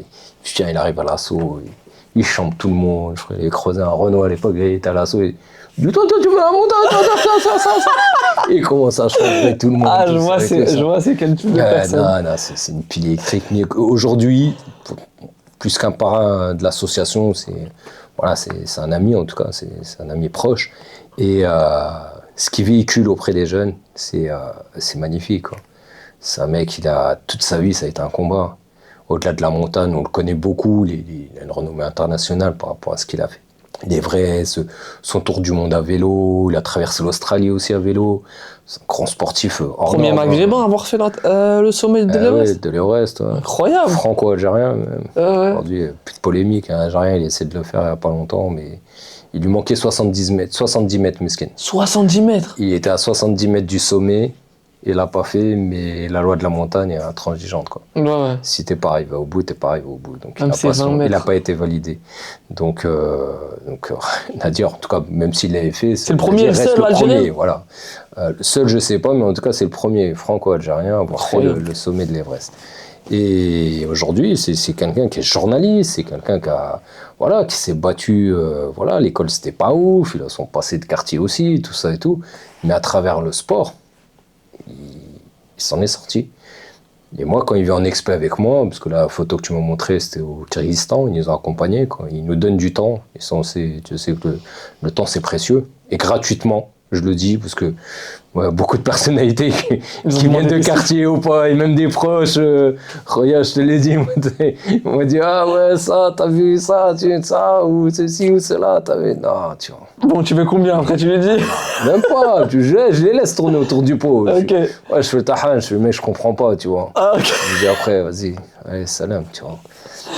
Donc, et avec lui, en plus, il fait pas que venir, il s'implique. Il s'implique dans la prépa, il s'implique aussi dans ses réseaux, il a énormément de réseaux. Quand tu me parlais de réseaux tout à l'heure, c'est un jeune qui veut faire de la photographie ou les métiers de journalisme, tu vois, des métiers qu'on va pas te parler à l'école, tu vois, où on va te sous-estimer, tu vois. Parce que quand il raconte son parcours, c'est que c'est pas un hasard, hein. Son livre qu'il a écrit, Un tocard sur le toit du monde, c'est parce qu'il a été confronté à ça. Lui, quand il faisait études journaliste, tout ça et tout, on voit le rebeu du 9-3, de l'île Saint-Denis, on sous-estime, tout ça et tout. Ben tiens. Le mec, il y a combien qui ont été faire ce qu'il a fait? Aujourd'hui, il est respecté. Tu vois. Il est écrivain, il réalise, il a fait des documentaires, il a fait des films. Là, il fait sa première fiction, là, il est en train de réaliser cette année. C'est quand même quelqu'un. Je crois que son histoire, elle a été reprise par un film, L'Ascension, par Ahmed Silla, non, il me semble. Ouais, exactement. Donc, il était quand même derrière. Voilà, il était en collab avec la boîte de prod qui a produit le film, qui a réalisé le film. Et ça a été repris, son histoire, effectivement. Alors, sous forme de fiction, c'est pas vraiment. Tout. Sous forme de fiction. Regardable, entre guillemets, pour les publics qui cherchent des films drôles, un peu. Je vais te faire lire un mail, et puis après, tu vas connecter direct. Avec de quoi je te parle. Je te laisse dire les premières phrases. Ouais, mais c'est en anglais, là. C'est de l'anglais, en fait. C'est de l'anglais, là. Tu comprends pas ce qu'il y a écrit? Si, attends. Lis-moi le premier paragraphe. Name in English, and you didn't pay it much attention. Can you tell us about it? Voilà, c'est ce petit bout de paragraphe, il te dit quelque chose ou pas? Ah, ouais. C'est bon, t'as connecté? En fait, pour ceux qui n'ont pas compris, je vais poser la question, mais en anglais. C'est donné le tuyau que j'étais éclaté en anglais. C'est pas que j'ai du... En fait, c'est pas que j'ai du mal. C'est que quand... Je sais que dans mon entourage, genre, pour t'expliquer professionnellement, je sais que dans mon entourage, moi, j'ai 2 collègues qui sont bilingues. Donc, quand je reçois des trucs comme ça en anglais, vas-y, je vais même pas me faire mal à la tête. Tiens, lis pour moi. Voilà, je repasse tout ça et tout. Et t'as fait l'effort là, merci. Voilà. Mais c'est exactement la même réaction que j'ai eue. Hein. Je vois de quoi tu veux parler. Et quand je reçois ce mail-là, je me dis tout de suite, vas-y, c'est l'époque que j'ai entendu. En plus, à cette période-là, on entendait beaucoup parler des spams, là, les faux mails, les trucs, tout ça. Je dis, vas-y, j'hésite. Déjà, on n'a pas de genre, on va se faire pirater déjà, tout ça et tout. Mais quand même, avant de le mettre dans la corbeille, je l'envoie à mon collègue Mehdi, du coup, parce que je sais qu'il contrôle bien tout ça et tout. Et je lui dis, tiens, regarde, je lui transfère le mail, je regarde c'est quoi ces bêtises-là, et au cas où, tu vois. Il me rappelle 10 minutes après, il me renvoie un message, il me dit, mais t'as un ou fait une tout? Il me dit, attends, je t'envoie le lien, il m'envoie le lien du site. Et du coup, c'était un mail d'Artérix, qui nous soutient aujourd'hui. C'était le t-shirt, là. Ouais, effectivement. Et qui, à l'époque, n'était pas connu en soi, donc... Les marques de montagne, c'était North Face, c'est quelque chose aujourd'hui. C'est quelque chose, tu vois. En fait, ça a toujours été Arc'teryx, longtemps ça existe, sauf que la marque a été méconnue en France. C'était un marché que, quand il m'expliquait, qu'il ne voulait pas exploiter en France parce que c'était pas prêt économiquement. Et en France, il ne faut pas oublier qu'on a Decathlon, donc quand tu veux t'acheter des trucs du outdoor, tout ça et tout, si tu ne vas pas chez North Face pour tes grandes expés, tu vas à Decathlon, tu vois, aujourd'hui. Et donc, ils ont commencé à s'installer en France, c'était à cette époque-là. Mais c'était pas à des fins commerciales quand ils nous ont adressé. Ça aussi, c'est une story. Tu veux l'anecdote ou pas? Vas-y, explique. Parce que alors, figure-toi l'anecdote, comment Artérix vient à nous. Je suis au courant de l'histoire il y a même pas 2 ans, là. Hein. 1 an et demi à peu près que j'ai. Parce que tous les ans, ils nous invitent à un événement au Grand Rex, là. Le Winter Tour Artérix, qui mettent en avant des sportifs de haut niveau, ski, montagne, neige, tout ça et tout. Et devant 3000 personnes, ils nous donnent l'occasion de parler de notre association, nous présenter et tout. Et quand je suis dans les backstage, tout ça et tout, il y a un mec d'Artérix qui veut me voir, qui est de Suisse, je crois. Et il me dit, c'est toi Samir, l'association Apart et tout. Je dis ouais et tout. Il me dit, génial, je suis content que vous soyez là parce que je n'y suis pas pour rien dans l'histoire Artérix Apart. Je dis, ah bon et tout, pourquoi? Il me dit, écoute, j'ai mon frangin qui est abonné au magazine Outside, et donc il y a un article sur votre association. Et donc il envoie ça à son frère, qui taffe chez Artérix, il lui dit, hey, regarde cet asso là à Paris, là, en région parisienne, c'est pas mal ce qu'ils font, mettre des mecs de banlieue en montagne, tout ça et tout, si vous pouvez les aider, aidez-les, tu vois. Et ce gars-là, qui n'est pas du marketing, il envoie ce mail-là à Félix, qui prend contact avec nous du coup. Et quand il envoie ce mail-là, il lui dit regarde ça et tout. Et après le gars il nous envoie le mail, on prend contact, on discute, tout ça et tout. Mais à cette époque-là, on l'a pas la story, tu vois. Et, je crois qu'on s'était même pas posé la question, c'était juste, c'est dingue quoi. Comment, c'est incroyable. Comment cette marque, comment c'est ce truc-là. Mais juste le petit village gaulois comme ça, t'as vu. On est personne en fait. Ouais. Encore aujourd'hui, on est personne, tu vois. Ce qu'on disait tout à l'heure, dans les valeurs humaines. Et je pense que quand tu représentes des valeurs, c'est important. Parce que autant tu peux être dans les réseaux sociaux, tu peux avoir 1 million d'abonnés, mais si on même des partenaires privés comme ça, s'ils ne ressentent pas ces valeurs-là, ils ne vont pas venir vers toi. Ouais, Là, ce qu'ils ont ressenti, ce qu'ils m'ont dit, ce qu'ils ont ressenti, en fait, ils revenaient avec une nouvelle politique marketing et ils nous ont choisi l'association en France à soutenir. Incroyable. Donc ils en soutiennent que 2, une qui est au Haute-Savoie, mais ça fait très longtemps. Mais soutenir concrètement sur des programmes, sur des projets comme ils font avec nous aujourd'hui, ils avaient un projet à définir en France, ça a été le nôtre. Alhamdoulilah, ils nous ont choisi, donc c'est top, hein, ça fait quand même 6 ans de collaboration aujourd'hui. Et quand ils viennent sur un discours de nos valeurs, et ça c'est appréciable. Ils viennent pas parce que t'as tant d'abonnés, ils viennent pas parce que voilà, j'ai fait un truc de ouf ou on est passé à la télé ou autre. Ils viennent parce qu'on a des valeurs partagées avec eux. Bien sûr. Mais et sur le simple fait qu'ils me disent, et moi quand je leur dis, mais je cherche à comprendre pourquoi nous, t'as vu, on va pas te faire de promo, on va rien te faire, nous, t'as vu, on a rien, quoi, tu vois. Tu vas rien gagner avec nous. Tu vois. Non, mais c'est ça, et en fait, moi, parce que moi, quand je dis une marque, elle vient de voir, elle attend quelque chose, forcément. Il me dit, non, mais au niveau marketing, nous, on vous soutient, on n'attend pas de promo, on n'attend rien, on a notre budget com, on a nos trucs. Il me dit, tu vas voir, il m'a tout annoncé, il m'a dit, d'ici 5 ans, on aura des boutiques sur Paris, on aura ça, on aura un truc, ça, c'est notre stratégie, on sait faire. Moi, ce qui m'intéresse aujourd'hui, c'est que tu permets à des publics qui ne sont pas voués à aller en montagne ou aller dans le outdoor, de rencontrer ce monde-là. Toi, tu es la transition, tu leur permets d'avoir accès. Donc moi, je veux te soutenir à pouvoir le faire. Dis-moi ce que tu as besoin. Et c'est là que s'est posé la question. Je disais, frérot, nous on fait de la haute montagne, frère, mais des fois on est avec nos petites vestes Nike, nos petites doudounes trucs, c'est pas adapté. On arrive à moins 20 degrés, on se les caille, tout ça et tout. On m'a dit, ah non, vous pouvez pas faire de la montagne sans matériel. Donc après, notre collaboration se fait principalement sur de l'acquisition de matériel pour aller en montagne dans de bonnes conditions, quoi. Incroyable. Après, quand tu regardes comment la connexion elle s'est faite avec Artérix, il n'y a pas d'hasard là. Il n'y a que des hasards, comme on dit. Je te jure. C'est incroyable, ouais. C'est incroyable. Et là, pour finir sur ça, l'anecdote, c'est qu'à l'époque, on ramène du Artérix. Les jeunes, ils nous chambrent, ils ne connaissent pas la marque. C'est quoi ton truc, ton lézard, ils ont mal parlé. La marque, c'est là aujourd'hui, ça veut dire, comment, des réductions, des trucs, tu vois. T'as pas moins 30. Je te jure. Ah ouais, ils ont sous-estimé. Ouais. Mais du coup, c'est comme ça que une partie de la sauce, elle arrive à se financer, ou en tout cas sur les équipements. Aujourd'hui, ils financent un peu vos expéditions? Ouais, alors faut savoir, nous, dans le modèle économique de l'association, tout le programme outdoor, il est financé par du privé. On n'a pas de fonds publics pour nos projets outdoor. On a des fonds publics sur l'accompagnement social, sur l'insertion professionnelle, sur des sujets de société. Et ça, pour une fois de plus, la petite histoire, c'est quand j'ai voulu, entre guillemets, vendre le projet outdoor, expédition, comme ça, l'État, en leur mettant en avant que ça sert, en fait, tu vois, ça transforme des personnalités, ça transforme des jeunes, le fait de faire des projets sportifs, de grande envergure comme ça. On n'a pas voulu me croire. On a minimisé le projet à ton truc, nous on n'est pas là pour payer des vacances à l'autre bout du monde. Je dis, mais c'est pas des vacances, on monte, hein, on a froid, on dort par terre, on va pas en club. Non, on finance pas. Ok, pas de problème. Et par la suite, quand on a voulu me financer, donc j'avais des portes ouvertes pour le financement, là c'est nous, on a pris position, on a dit non. On va chercher notre modèle économique dans le privé, donc là en plus ça parle. Et voilà. Alhamdoulilah, on fait le taf, donc on a nos partenaires privés pour avoir de l'argent pour financer nos expéditions et pour avoir du matériel aussi. Donc on a des dotations. Aujourd'hui, on a Artérix qui nous soutient. On a aussi Salomon, là, depuis peu, qui nous soutient aussi, surtout en termes de matériel. Donc pouvoir faire nos projets et surtout rien à devoir à personne par rapport à ça, quoi. Même si on est partenaire privé, mais ça, ils nous suivent, on leur fait des bilans, c'est normal. Normal de savoir l'argent où il va. On le justifie.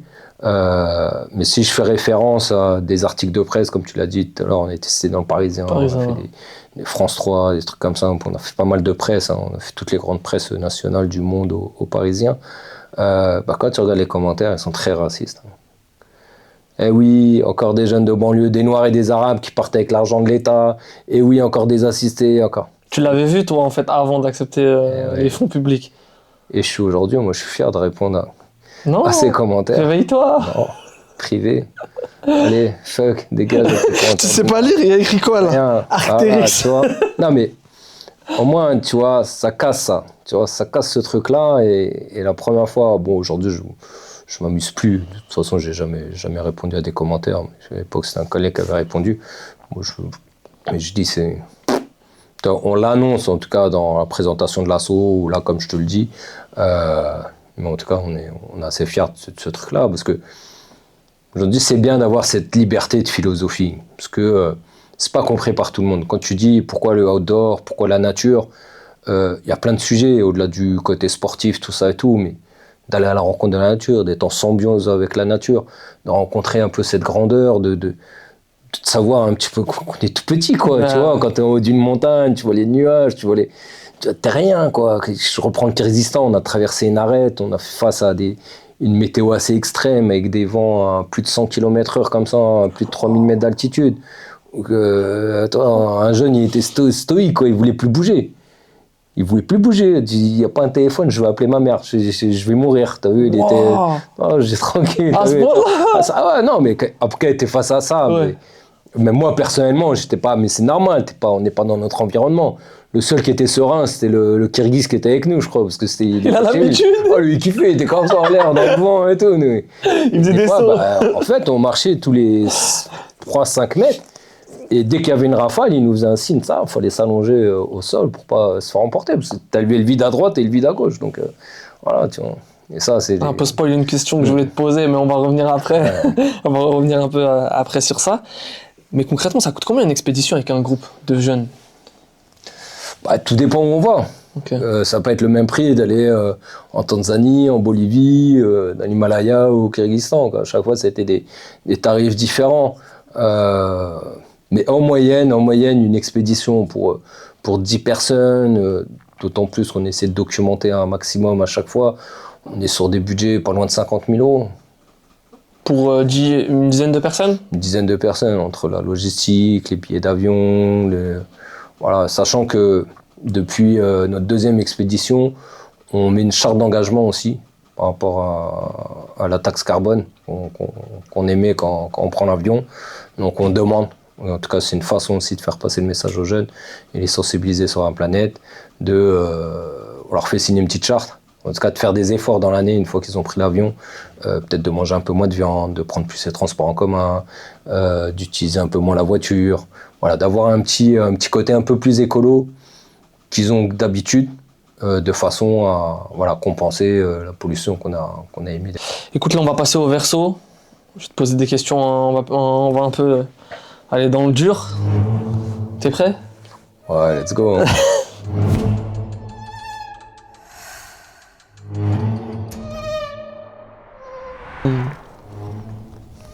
Bon, là, t'en as parlé juste avant.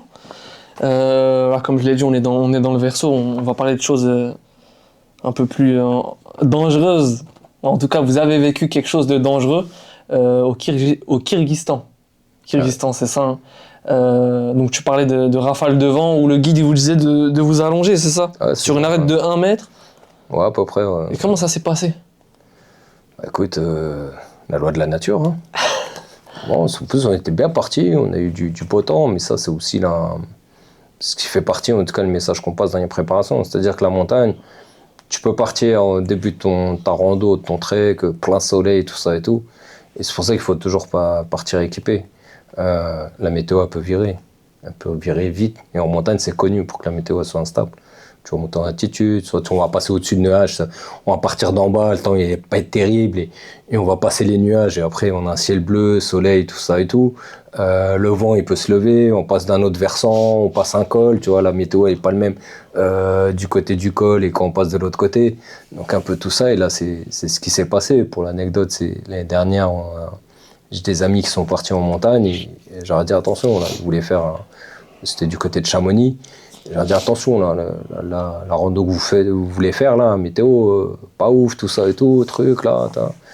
Et j'ai un de mes potes, il a fait le truc, très sportif, tout ça et tout, mais pas équipé. Il est parti en mode trail pour aller faire un sommet. Donc parce qu'il faisait beau, il a regardé la météo, 25, 27 degrés, tout ça et tout, il est parti, il est arrivé là-haut, pluie, tout ça, carrément. C'était au bout, il est rentré, il était complètement gelé. Il y a un des gars qui était avec eux, il a flanché, il a glissé, il s'est déboîté l'épaule, l'hélicoptère qui est venu les chercher, tout ça et tout. Donc tout ça pour dire que comme vous dites les jeunes, voilà, les montagnes, même l'expression est dépassée, mais c'est pas des lol, quoi. Ah ouais, non, Si tu, c'est pas dépassé, voilà. hein, ça se dit encore. C'est Voilà, pas des lol. tu te prépares. Quand tu vas en montagne, tu pars pas comme ça. Bon, là, on était quand même bien accompagnés par des guides locaux et professionnels surtout. Donc, on n'est pas parti avec des bergers de là-bas du coin. Mais je pense qu'ils ont été surpris aussi, ils s'y attendaient pas. Et en plus, c'était une arête à passer avant d'arriver au refuge. De la veille, le refuge, c'était notre point de chute pour avant de partir. Il y avait combien de mètres? Passer la nuit pour. Oh, pas beaucoup, on voyait, tu vois. Je veux dire, peut-être 500 mètres, tu vois. Wow. Alors, en même temps, c'était rassurant, mais l'expérience a proche que été ça. chelou parce que tu dis, ah, on a mis du temps à y arriver, tu vois. Et t'en as il y a des jeunes, il a bugué, mais en même temps, personne n'était rassuré. Mais dans ces situations-là, voilà, faut contrôler en fait l'angoisse générale. C'est-à-dire que t'as pas le droit de montrer que toi-même que t'es pas rassuré, parce que là, du coup, Ah, ça y est, c'est fini, panique générale. Même on est là, on encadre le truc, tout ça, tout, on montre qu'on n'est pas rassuré. Ça y est, c'est mort. Quoi. Les gars, c'est normal ce qui se passe là. C'est normal. Ah, voilà, ouais. Bah après, tu essaies de sortir une petite blague, t'es là, on est posé. Après, en même temps, on a le temps. En même temps, tu dis t'as le temps, mais t'as pas le temps en fait. Le but, c'est d'arriver au refuge avant le coucher du soleil quand même, tu vois. Parce que si en plus tu te prends la pénombre, alors là, t'es encore dans un autre inconfort qui, tu vois, Tu vois rien. Là, ouais, bon, après, on a nos lampes, frontal. Truc, tout ça et tout. Mais donc, c'était, je pense que c'est l'une des conditions météo en montagne, en tout cas les plus terribles que moi, perso, j'ai vécu de mon petit parcours de montagnard, quoi. Il y avait eu un vrai risque de mort, genre à ce moment-là? Si t'étais debout à ce moment-là, le vent, il t'emportait? Ouais, bah oui, si tu te prends le versant de l'autre côté, tu déboules, Ouais, c'est fini. dangereux. Ouais, dangereux. Ok. Et le vent? Surtout qu'il n'y a personne qui va te chercher, quoi. Tu vois, c'est un peu les règles de montagne. Hein. Une guide, ça reste un être humain. Hein. Mais je réalise pas ce que c'est 100 km de rafale de vent. Tu peux t'envoler là? Oui, je pense que ouais, on était pas loin des 100 km. Hein. T'es debout, tu 100 t'envoles? km, c'est une tempête. Ouais. C'est une tempête. Tu vois, quand il y a les tempêtes, là, quand on voit aux infos, les panneaux, aux États-Unis, il y a beaucoup ça. Tout ça et tout. Ouais. Quand tu dépasses les 100 km, t'es en mode tempête déjà. Ouais. C'est un truc de fou. Ah non, c'était. Bah, tu vois, moi de mon gabarit quand même, tout ça et tout, ça me faisait bouger, ouais, ça me déstabilisait. Hein. Moi, comme les autres, dès qu'il y avait la rafale qui passait, plat ventre par terre. Quoi. Tu disais là, c'est chaud là. Ah ouais, non, mais tu le sens, t'es rien du tout de toute façon. T'es rien, c'est simple, t'es rien. T'es une petite poussière. Voilà, Un petit grain de sable. Et là, crois-moi, t'as une remise en question. Quoi. Direct. Tes idées, elles se remettent en place toutes seules. Ok. Dis-moi concrètement, aujourd'hui, tu as eu des résultats de jeunes qui sont passés par ton association? En gros, pour eux, ça a été un vrai tremplin. Ils ont eu des carrières, ils sont devenus de grandes personnes, on va dire. Alors, de grandes personnes, je ne sais pas. Mais j'ai des beaux, des beaux parcours. Hein. Des beaux parcours. Et en fait, les plus beaux parcours, c'est à travers ces projets de montagne, un peu de dépassement de soi, de regagner de la confiance en soi, de reconstruire son projet, de s'extraire un peu de son écosystème pour un peu de faire une petite remise en question. Moi, j'ai eu des gars, avant de partir en montagne, ils avaient un certain projet professionnel. Ils reviennent après, ils se disent non, en fin de compte, c'est ça que je veux faire. Et là, tu sens, c'est parce que tu as un peu plus de confiance en soi. En fait, le projet, il n'est pas nouveau. Il dormait en lui. Mais quand tu n'as pas confiance en toi, quand tu dis non, c'est pas pour moi, ou quand tu es dévalorisé tout le temps, ou tes potes, toi, tu veux faire ça, vas-y, va faire Amazon comme tout le monde, tout ça et tout. Et les mecs qui reviennent et ils vont du bout, ouais. Les garçons ou les filles. Hein. Par exemple, il y a une fille qui a fait la cordée du Kili, qui voulait absolument entrer dans la police nationale, a raté ses épreuves physiques, elle avait raté, je crois, 2 ou 3 fois le concours. Après le Kili, ça l'a boosté un max, ça a tout déchiré. Aujourd'hui, elle est rentrée, elle a eu ses concours, plus rien ne pouvait la stopper. J'ai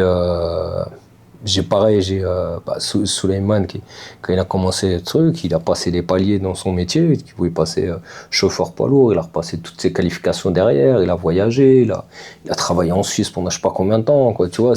En fait, quand tu as cette ouverture d'esprit, tu as confiance en toi, c'est infini. T'es un TGV, il n'y a plus personne qui t'arrête. On ne dit pas, t'as TGV. T'as plus peur du regard des gens, c'est tout droit. Tu vois. Et après, de personnes de réussite Non, mais je dirais, moi, les plus belles réussites, c'est quand un jeune il va au bout de son projet, qu'on l'empêche plus de rêver et qu'il atteint ce qu'il veut faire, quoi. Et là, on lance des programmes de formation en passant par les métiers d'escalade, mais pour aussi former les premiers guides de montagne, moyenne montagne, voire peut-être haute montagne, jeunes de banlieue. Incroyable. Et au contraire, t'as eu des personnes qui voulaient pas s'aider eux-mêmes? T'avais beau tout faire. Alors, c'est en dents de scie, je dirais. Ils arrivent, des moments, il y a des pleins de conscience, ça m'arrive encore au quotidien. Hein. Le jeune veut s'en sortir, après il décroche, après il se fait rattraper. Des fois, t'as un peu les histoires de la rue qui rattrapent un peu, tu passes par la case-prison, ou je parlais de santé mentale tout à l'heure, ils retombent dans leur faiblesse, tout ça et tout. Mais nous, on a une phrase à l'assaut, c'est-à-dire que la porte, elle n'est jamais fermée. Reviens quand tu veux. Viens quand t'es prêt, viens quand tu veux, viens quand. Parce que, et il y en a, c'est là qu'on voit que le taf, en vérité, nous, on est quoi? Peut-être 20%, hein. 80%, c'est la personne.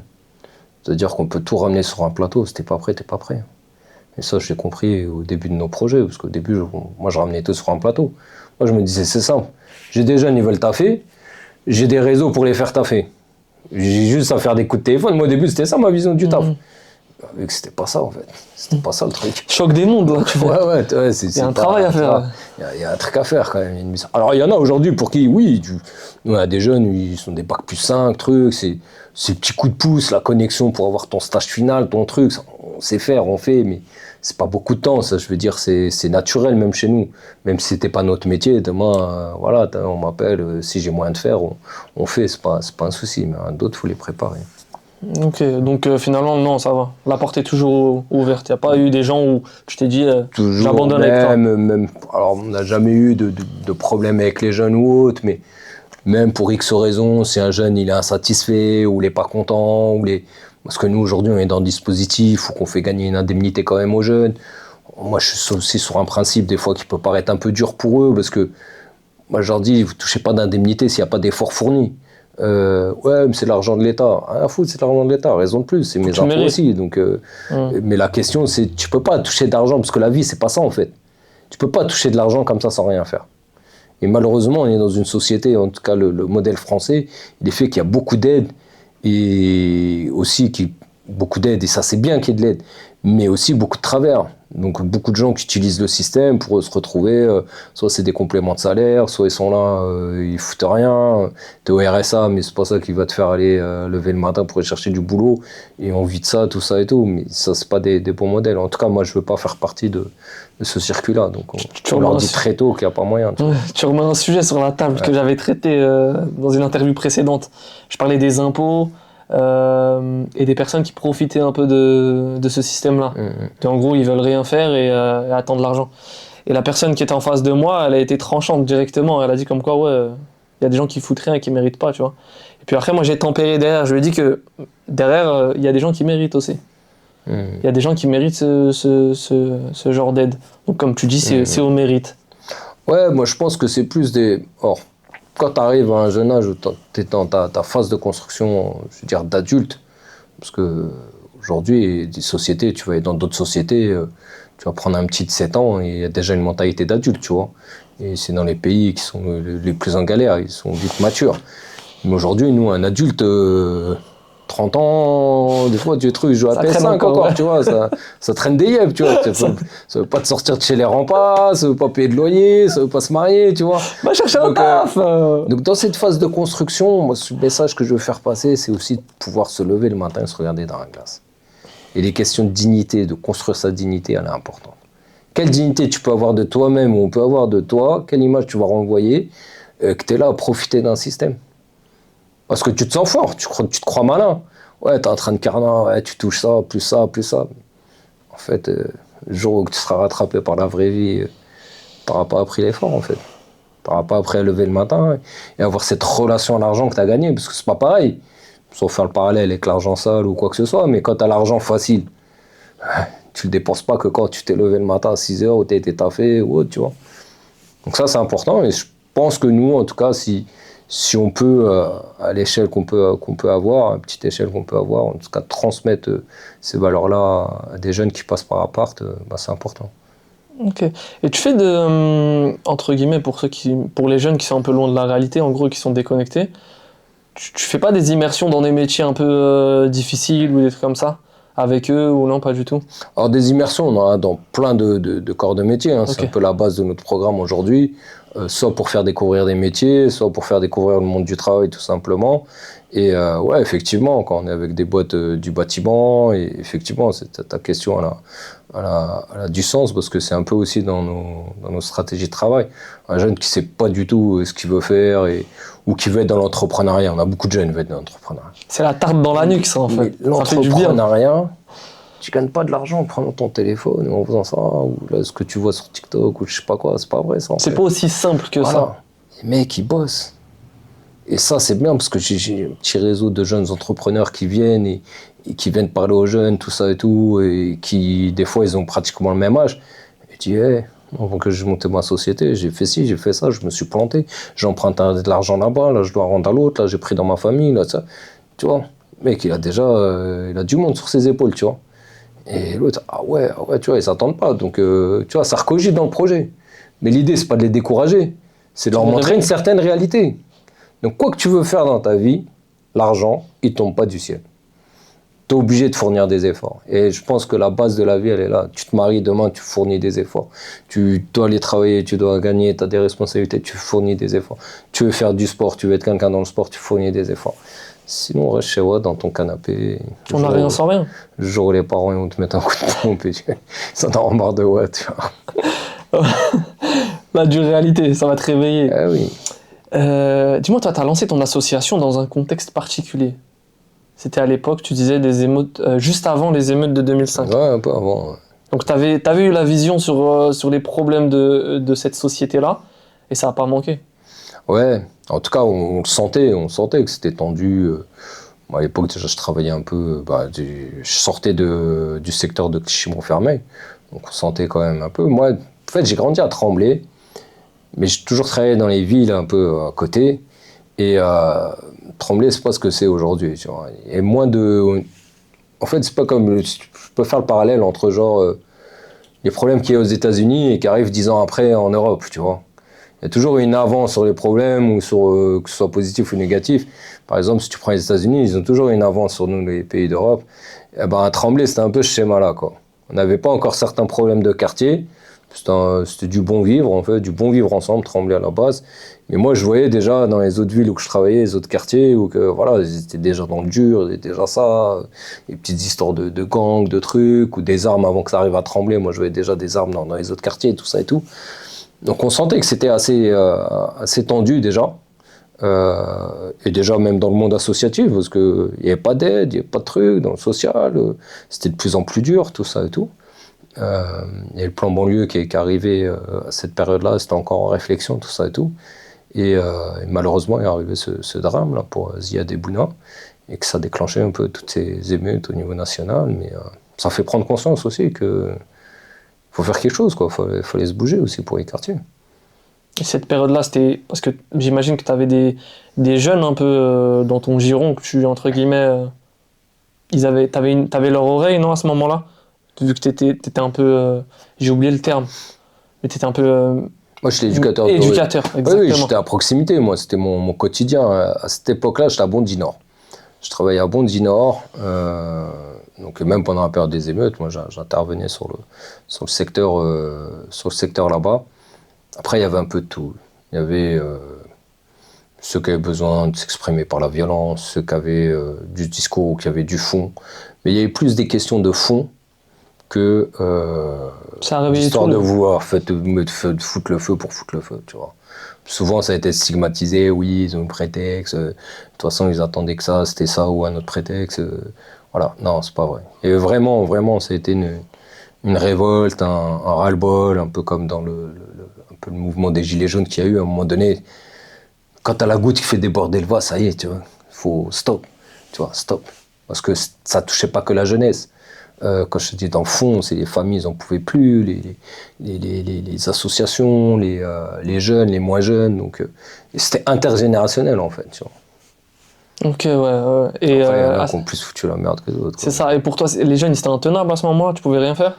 En fait, après, dans ces moments de crise, tu vois, c'est comme quelqu'un qui fait une crise devant toi, t'as vu, tu contiens. Et t'attends Moi, qu'il se calme. je le compare peut-être à une crise d'épilepsie, c'est peut-être pas la bonne comparaison, mais t'as quelqu'un qui fait une crise d'épilepsie devant toi, qu'est-ce que tu veux faire? Tu le mets en PLS, tu limites un peu les risques, tu cas, tu vas pousser les gens un peu autour, tout ça. Bah là, c'était un peu ça, quoi, tu vois, nos interventions acteurs de terrain, c'était ça. Qu'est-ce que tu veux faire? T'as une bande de 20 jeunes, ils veulent aller cramer une voiture. Tu vas te mettre devant, tu vas faire super-héros, tu vas cramer avec la voiture. Non, tu vois. Et des fois, la violence, faut la laisser sortir. Tu vois, faut la laisser sortir. La colère, faut la laisser sortir, faut l'évacuer, tu vois. Tu vas te mettre en danger sinon. Bah oui. Pour que les gens comprennent, parce qu'il y en a ils vont voir ce que tu viens de dire comme un truc de fou. mais après, au-delà de ça, t'as vu. C'est pour ta sécurité. Hein. Sans faire de la psy à 2 balles, mais quand t'as quelque chose à sortir, faut le laisser sortir. Et là, c'est sorti, il y avait cette période à vivre. Parce que je pense que le politique, il fallait qu'il prenne conscience aussi de ce qui se passait, de cette colère-là, quoi. Et surtout ce qui s'est passé pour Ziad et Bouddha, quoi. C'était quand même, voilà, je peux pas dire une bavure policière, mais c'était assez, et ça existe encore aujourd'hui, peut-être un peu plus limité, mais ça n'a pas empêché d'autres événements et d'autres morts de jeunes dans les quartiers derrière, avec des bécanes tamponnées, tout ça et tout. Donc il y a ce côté-là à aborder aussi. Il y a une phrase que tu as sortie dans une interview qui a retenu mon attention. C'est ceux qui galèrent le plus sont ceux que l'on entend le moins. Ah oui, ça c'est sûr. Elle est très réelle cette phrase. Tout bon travailleur social peut faire ce constat-là.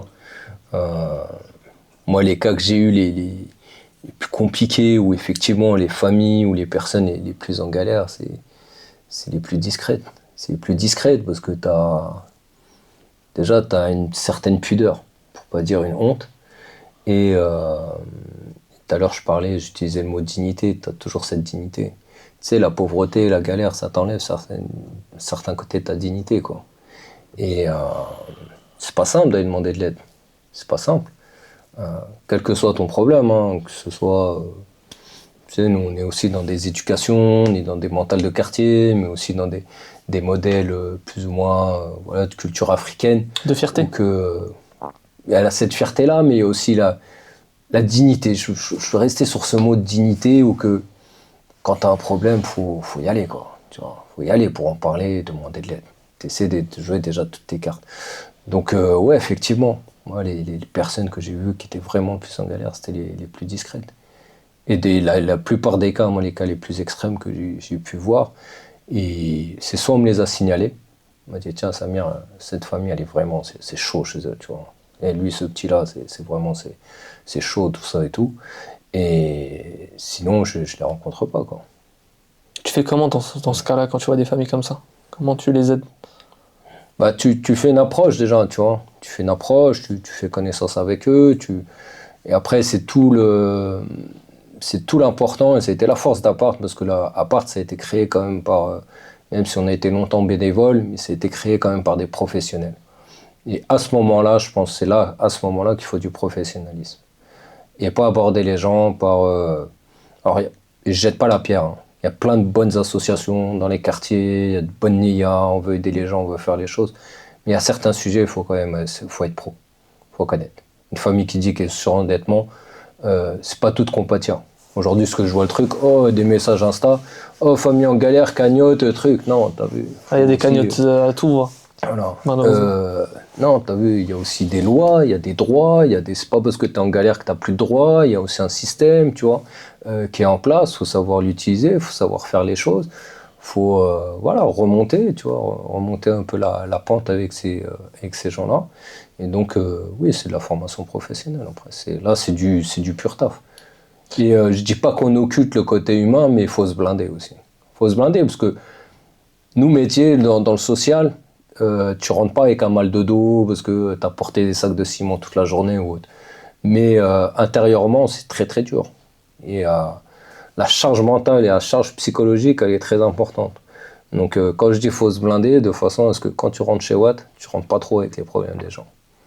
Parce que si tu es fatigué, tu es plus efficace le lendemain. Et moi, c'est souvent ce que j'essaie d'inculquer dans les éducateurs que j'ai pu former. Parce qu'aujourd'hui, je fais plus de formation, je suis à 100% chez Apart.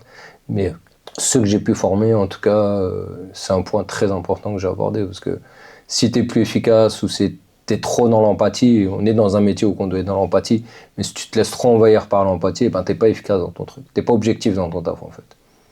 Et tu finis par ramener tout le monde chez Watt. Et là, tu t'en sors plus en fait. Chez la daronne. Oui, non, tu vois, par exemple, ça c'était une grande discussion. Hein. Moi, à l'époque, j'avais une collègue, quand il n'y a pas de solution, à ramener chez elle. Ah ouais. Ramener chez elle. Elle dit, moi, je laisse pas quelqu'un dormir à la rue. Wow. Je ramène chez moi. À ce Où je point-là. sors mon portefeuille. Alors moi, ça m'est déjà arrivé. Tu sors de l'argent parce que le temps de débloquer une aide, tout ça, très rarement. Je l'ai fait très rarement, vraiment pour des cas extrêmes. Mais c'est des choses, voilà, faut savoir te blinder, tu vois. Tu rentres chez Watt et tu sais que la personne, tu la laisses, tu sais pas où elle va dormir. Mais pour moi, ça, c'est une question que je me suis toujours posée, et je fais le parallèle avec les psychologues. Pour moi, j'ai l'impression que les psychologues, ils ont besoin d'un psychologue. Je sais pas si tu vois ce que je veux dire. En fait, tellement ils se chargent d'histoires, de vie de fous, de trucs comme ça, je me dis, mais dans leur tête, ça doit être le why. C'est dur, Ouais. hein. Après, psychologue, moi, j'ai un avis assez...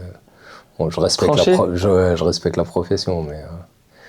ouais, je sais pas ce qui se passe dans leur tête. Et puis, je te rejoins, mais... Mais si on parle de ton je me métier dis, à comment toi, si on parle de ton métier à toi, en gros, si je fais le parallèle avec les psychologues, eux, ils doivent, entre guillemets, faire ce travail d'empathie, mais toi, tu le fais aussi.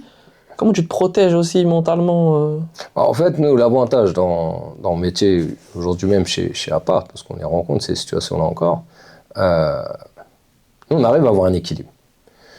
On va passer des fois de tout au rien. Tu vas passer d'une situation grave galère ou un jeune qui t'a déçu parce qu'il n'a pas été au bout de son projet, il est à 2 doigts de réussir. Un autre jeune, il te fait super plaisir, il a décroché son diplôme, ou il t'appelle, ça y est, ouais, l'entretien s'est bien passé. Ou moi, ça me fait kiffer quand je vois des jeunes, ils veulent faire des projets, tu vois. Là, en ce moment, j'ai une petite clique de jeunes, voilà, notamment un qui revient de loin et qui se dit, ouais, Samir, moi, je veux emmener des autres petits, je veux les emmener faire de la solidarité internationale, tout ça et tout. Donc, on est à fond avec lui, tout ça et tout. Donc voilà, on a cet équilibre. C'est les montagnes En fait, russes, un peu. voilà, on a tellement de profils qu'on arrive à mettre un équilibre. Après, il y a l'expérience, il y a de savoir prendre du recul, savoir... voilà, quand tu es jeune professionnel, c'est pas pareil quand tu as 25 ans de carrière ou 30 ans de carrière. Tu vois. Moi, si je reprends mon début de carrière, j'étais pas patient, j'étais nerveux, j'avais pas de patience, mec, les jeunes. Hein. Je commence mon taf dans le social à 22 piges. Ah, c'est dur. 22 piges, t'as un petit de 14 ans, il vient, il est allumé. Voilà, tu le balayes, tu le mets par terre, tu dis, hey, toi, tu vois. Aujourd'hui, c'est jamais de la vie, je ferais ça. Je fais la liaison avec les professeurs aujourd'hui. C'est la même chose. Ouais, oui. Ils ont une équipe de 30 personnes devant eux et ils doivent essayer de C'est des contenir ça. personnes, c'est pas de votre génération, le film Les Gremlins, ça te dit quelque chose? Ouais, bien sûr. Les petites boules. Mais bien sûr. Bordel, qu'est-ce que tu veux? Que des Gremlins. À l'époque, au collège, on était 2-3 dans la classe, tu vois. Turbulent, vite fait, ouais. C'est facile à neutraliser, t'as vu, on nous connaissait d'avance, tu vois. Et là, quand t'en as 30 qui bougent comme ça, tout ça, tout. C'est dur. Mais attention, ça va avec tout le modèle sociétal qu'on a mis dans les quartiers. C'est pas anodin ce qui se passe aujourd'hui. On récolte ce qu'on sait. Donc c'est pas... moi, je pointe pas les jeunes qui soient turbulents, tout ça et tout. Faut pas prendre le modèle de l'école comme ça, le pauvre prof, tout ça et tout. Le prof, c'est un dommage collatéral. C'est une finalité, ça. Voilà. Faut voir ce qui s'est passé avant. Faut voir tout ce qui s'est passé les 3 ou 4 dernières décennies. Comment là, on est dans une résultante qu'on aurait pu anticiper, parce que on n'est pas dans un pays de cons quand même. Hein. On sait anticiper les choses sur certains sujets. Faut pas me dire que ce sujet-là, on a été dépassé, on n'a pas su l'anticiper. Ok, et il y a des gens qui, comme tu dis, il y a des gens qui n'osaient pas approcher les associations, des trucs comme ça, parce qu'il y a cette dignité. Et même quand tu les approchais, elles ne réalisaient pas qu'elles avaient besoin d'aide. Non, je pense que quand t'es vraiment en difficulté, tu réalises que tu as besoin d'aide. Tu peux pas continuer comme ça. Donc je pense qu'il y a cette conscience qu'il faut se faire aider. Moi, je pense que c'est toute une question d'approche et de contact. Et c'est plus facile, c'est pour ça que moi, souvent, 90% des cas, j'ai mis vraiment la face professionnelle en face. Se dire, tiens, c'est son métier après tout, il est payé pour ça.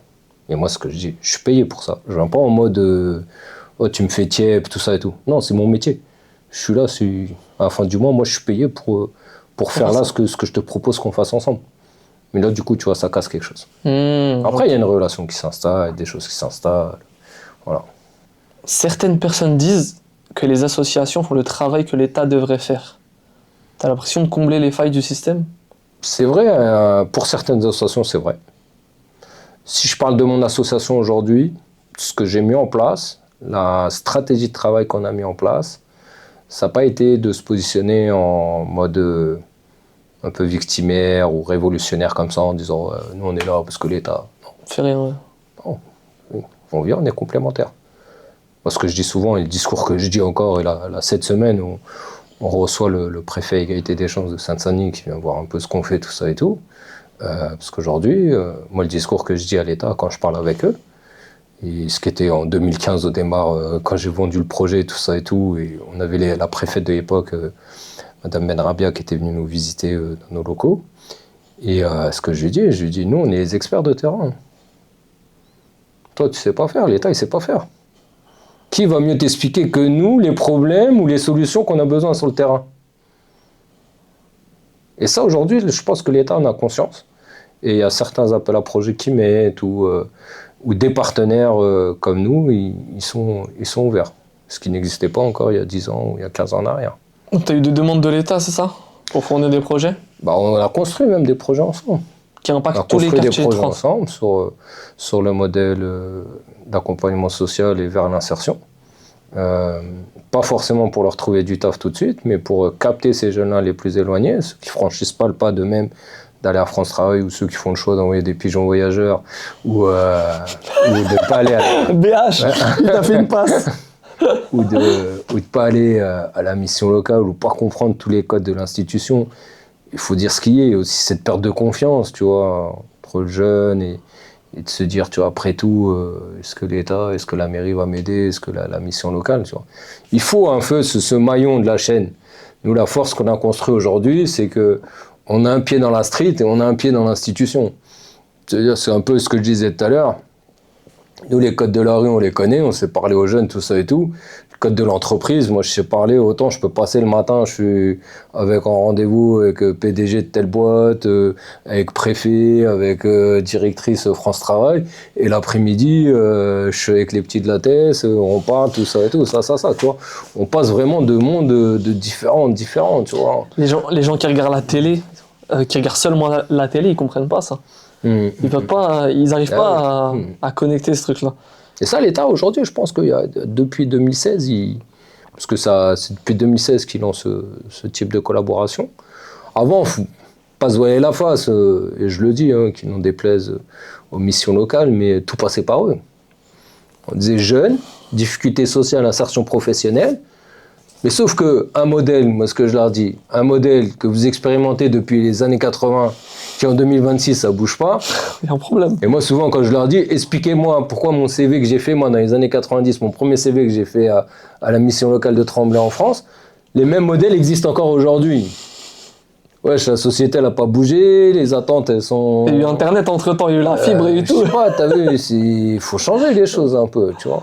Pourquoi dans des pays anglo-saxons, parce que ça a été une force de chez nous aussi d'aller voir ailleurs ce qui se passe, pourquoi dans la majorité des pays on va regarder les compétences des gens, quand on va regarder encore ici ton bac que t'as eu, ton truc, ton adresse, ta tête, tu portes un voile sur la tête, tu t'appelles comment tu vois. Wesh, mais on veut pas avancer. Moi j'ai l'impression que des fois on est dans un pays où on veut pas avancer, où on est prêt à sacrifier par orgueil ou par principe ou par certaines lois de passer à côté de compétences, de mines d'or dans les quartiers. Moi, quand je vois les jeunes, des fois, les compétences qu'ils ont, là, il y en a, c'est fort. Bouche bée, nous aussi. Et pourtant, il n'y a pas eu de diplôme, il n'y a pas eu d'études, il n'y a pas de truc. Mais le gars, tu restes 5 minutes avec lui, là, le dernier, là, pas citer son nom, mais tu vas vite voir qui je parle. Mais il y en a un, il est arrivé, il s'est assis devant moi 5 minutes. Oh là, ça, il m'a sorti des lunettes. Je lui ai acheté ces lunettes qui filment, là, tu vois. J'ai acheté une paire. 3 jours après, je lui ai dit, tu m'as carné. Je sais même pas où elle est, la paire. Elle a réussi à me la vendre. C'était une Oakley ? Trop fort. Oakley ? C'est la marque Oakley ? Non, c'est pas Oakley. C'est les marques de mon... Non, c'est comme les Ray-Ban, mais c'est pas des Ray-Ban, tu vois. Il a réussi à me vendre ça, mais normal, tu vois, en 2-3 mots. Mais j'ai compétence de ouf, quoi, tu vois. Putain, faut y aller, moi, pour me vendre quelque chose. Bon, il aimait son produit. Ouais, je crois, là, il était bon. En tout cas, bah écoute, là, merci à toi. Là, on approche de la fin. Voilà, en tout cas, je le rappelle, hein, Samir Souadji, président de l'association Apart, c'est ça? Directeur de l'association. Directeur, pas président. Voilà, le président, c'est notre personne. Hein. On va pas me faire virer de l'association. Ok, c'est notre personne, pardon, le président. Pardon. Du coup, comment les gens, là concrètement, ils peuvent adhérer à ton association? Alors c'est assez simple, hein. Okay. Nous on est dans le cooptage, c'est-à-dire c'est soit tu connais déjà un jeune qui est là, soit aujourd'hui les réseaux sociaux, hein. Beaucoup de jeunes qui envoient des petits messages par Insta, en privé, donc vite fait après le contact. Il faut savoir qu'en prise de contact, nous si c'est sur des questions d'accompagnement social, insertion pro, voilà, toute question qui tourne autour de ces sujets-là, on se donne 48 heures maximum pour recevoir les jeunes. Donc ça, c'est un principe de l'association de recevoir très rapidement. Et après, sur d'autres questions un peu plus sportives, projets de vie ou autres, et ils viennent et très vite, on connecte. Voilà. Aujourd'hui, on a une communauté de jeunes d'à peu près, ne serait-ce que sur les sports outdoor, sur l'Île-de-France, on n'est pas loin de 300 jeunes, on a des groupes WhatsApp, on a une équipe de running, on a une équipe de rando, on a une équipe d'escalade, on a des partenariats avec des salles privées d'escalade. On fait des trails, on se lance sur un ultra trail, on a des histoires de cyclisme, de natation, on fait passer des BNSSA. Incroyable. Donc, il y a plein de sujets assez intéressants.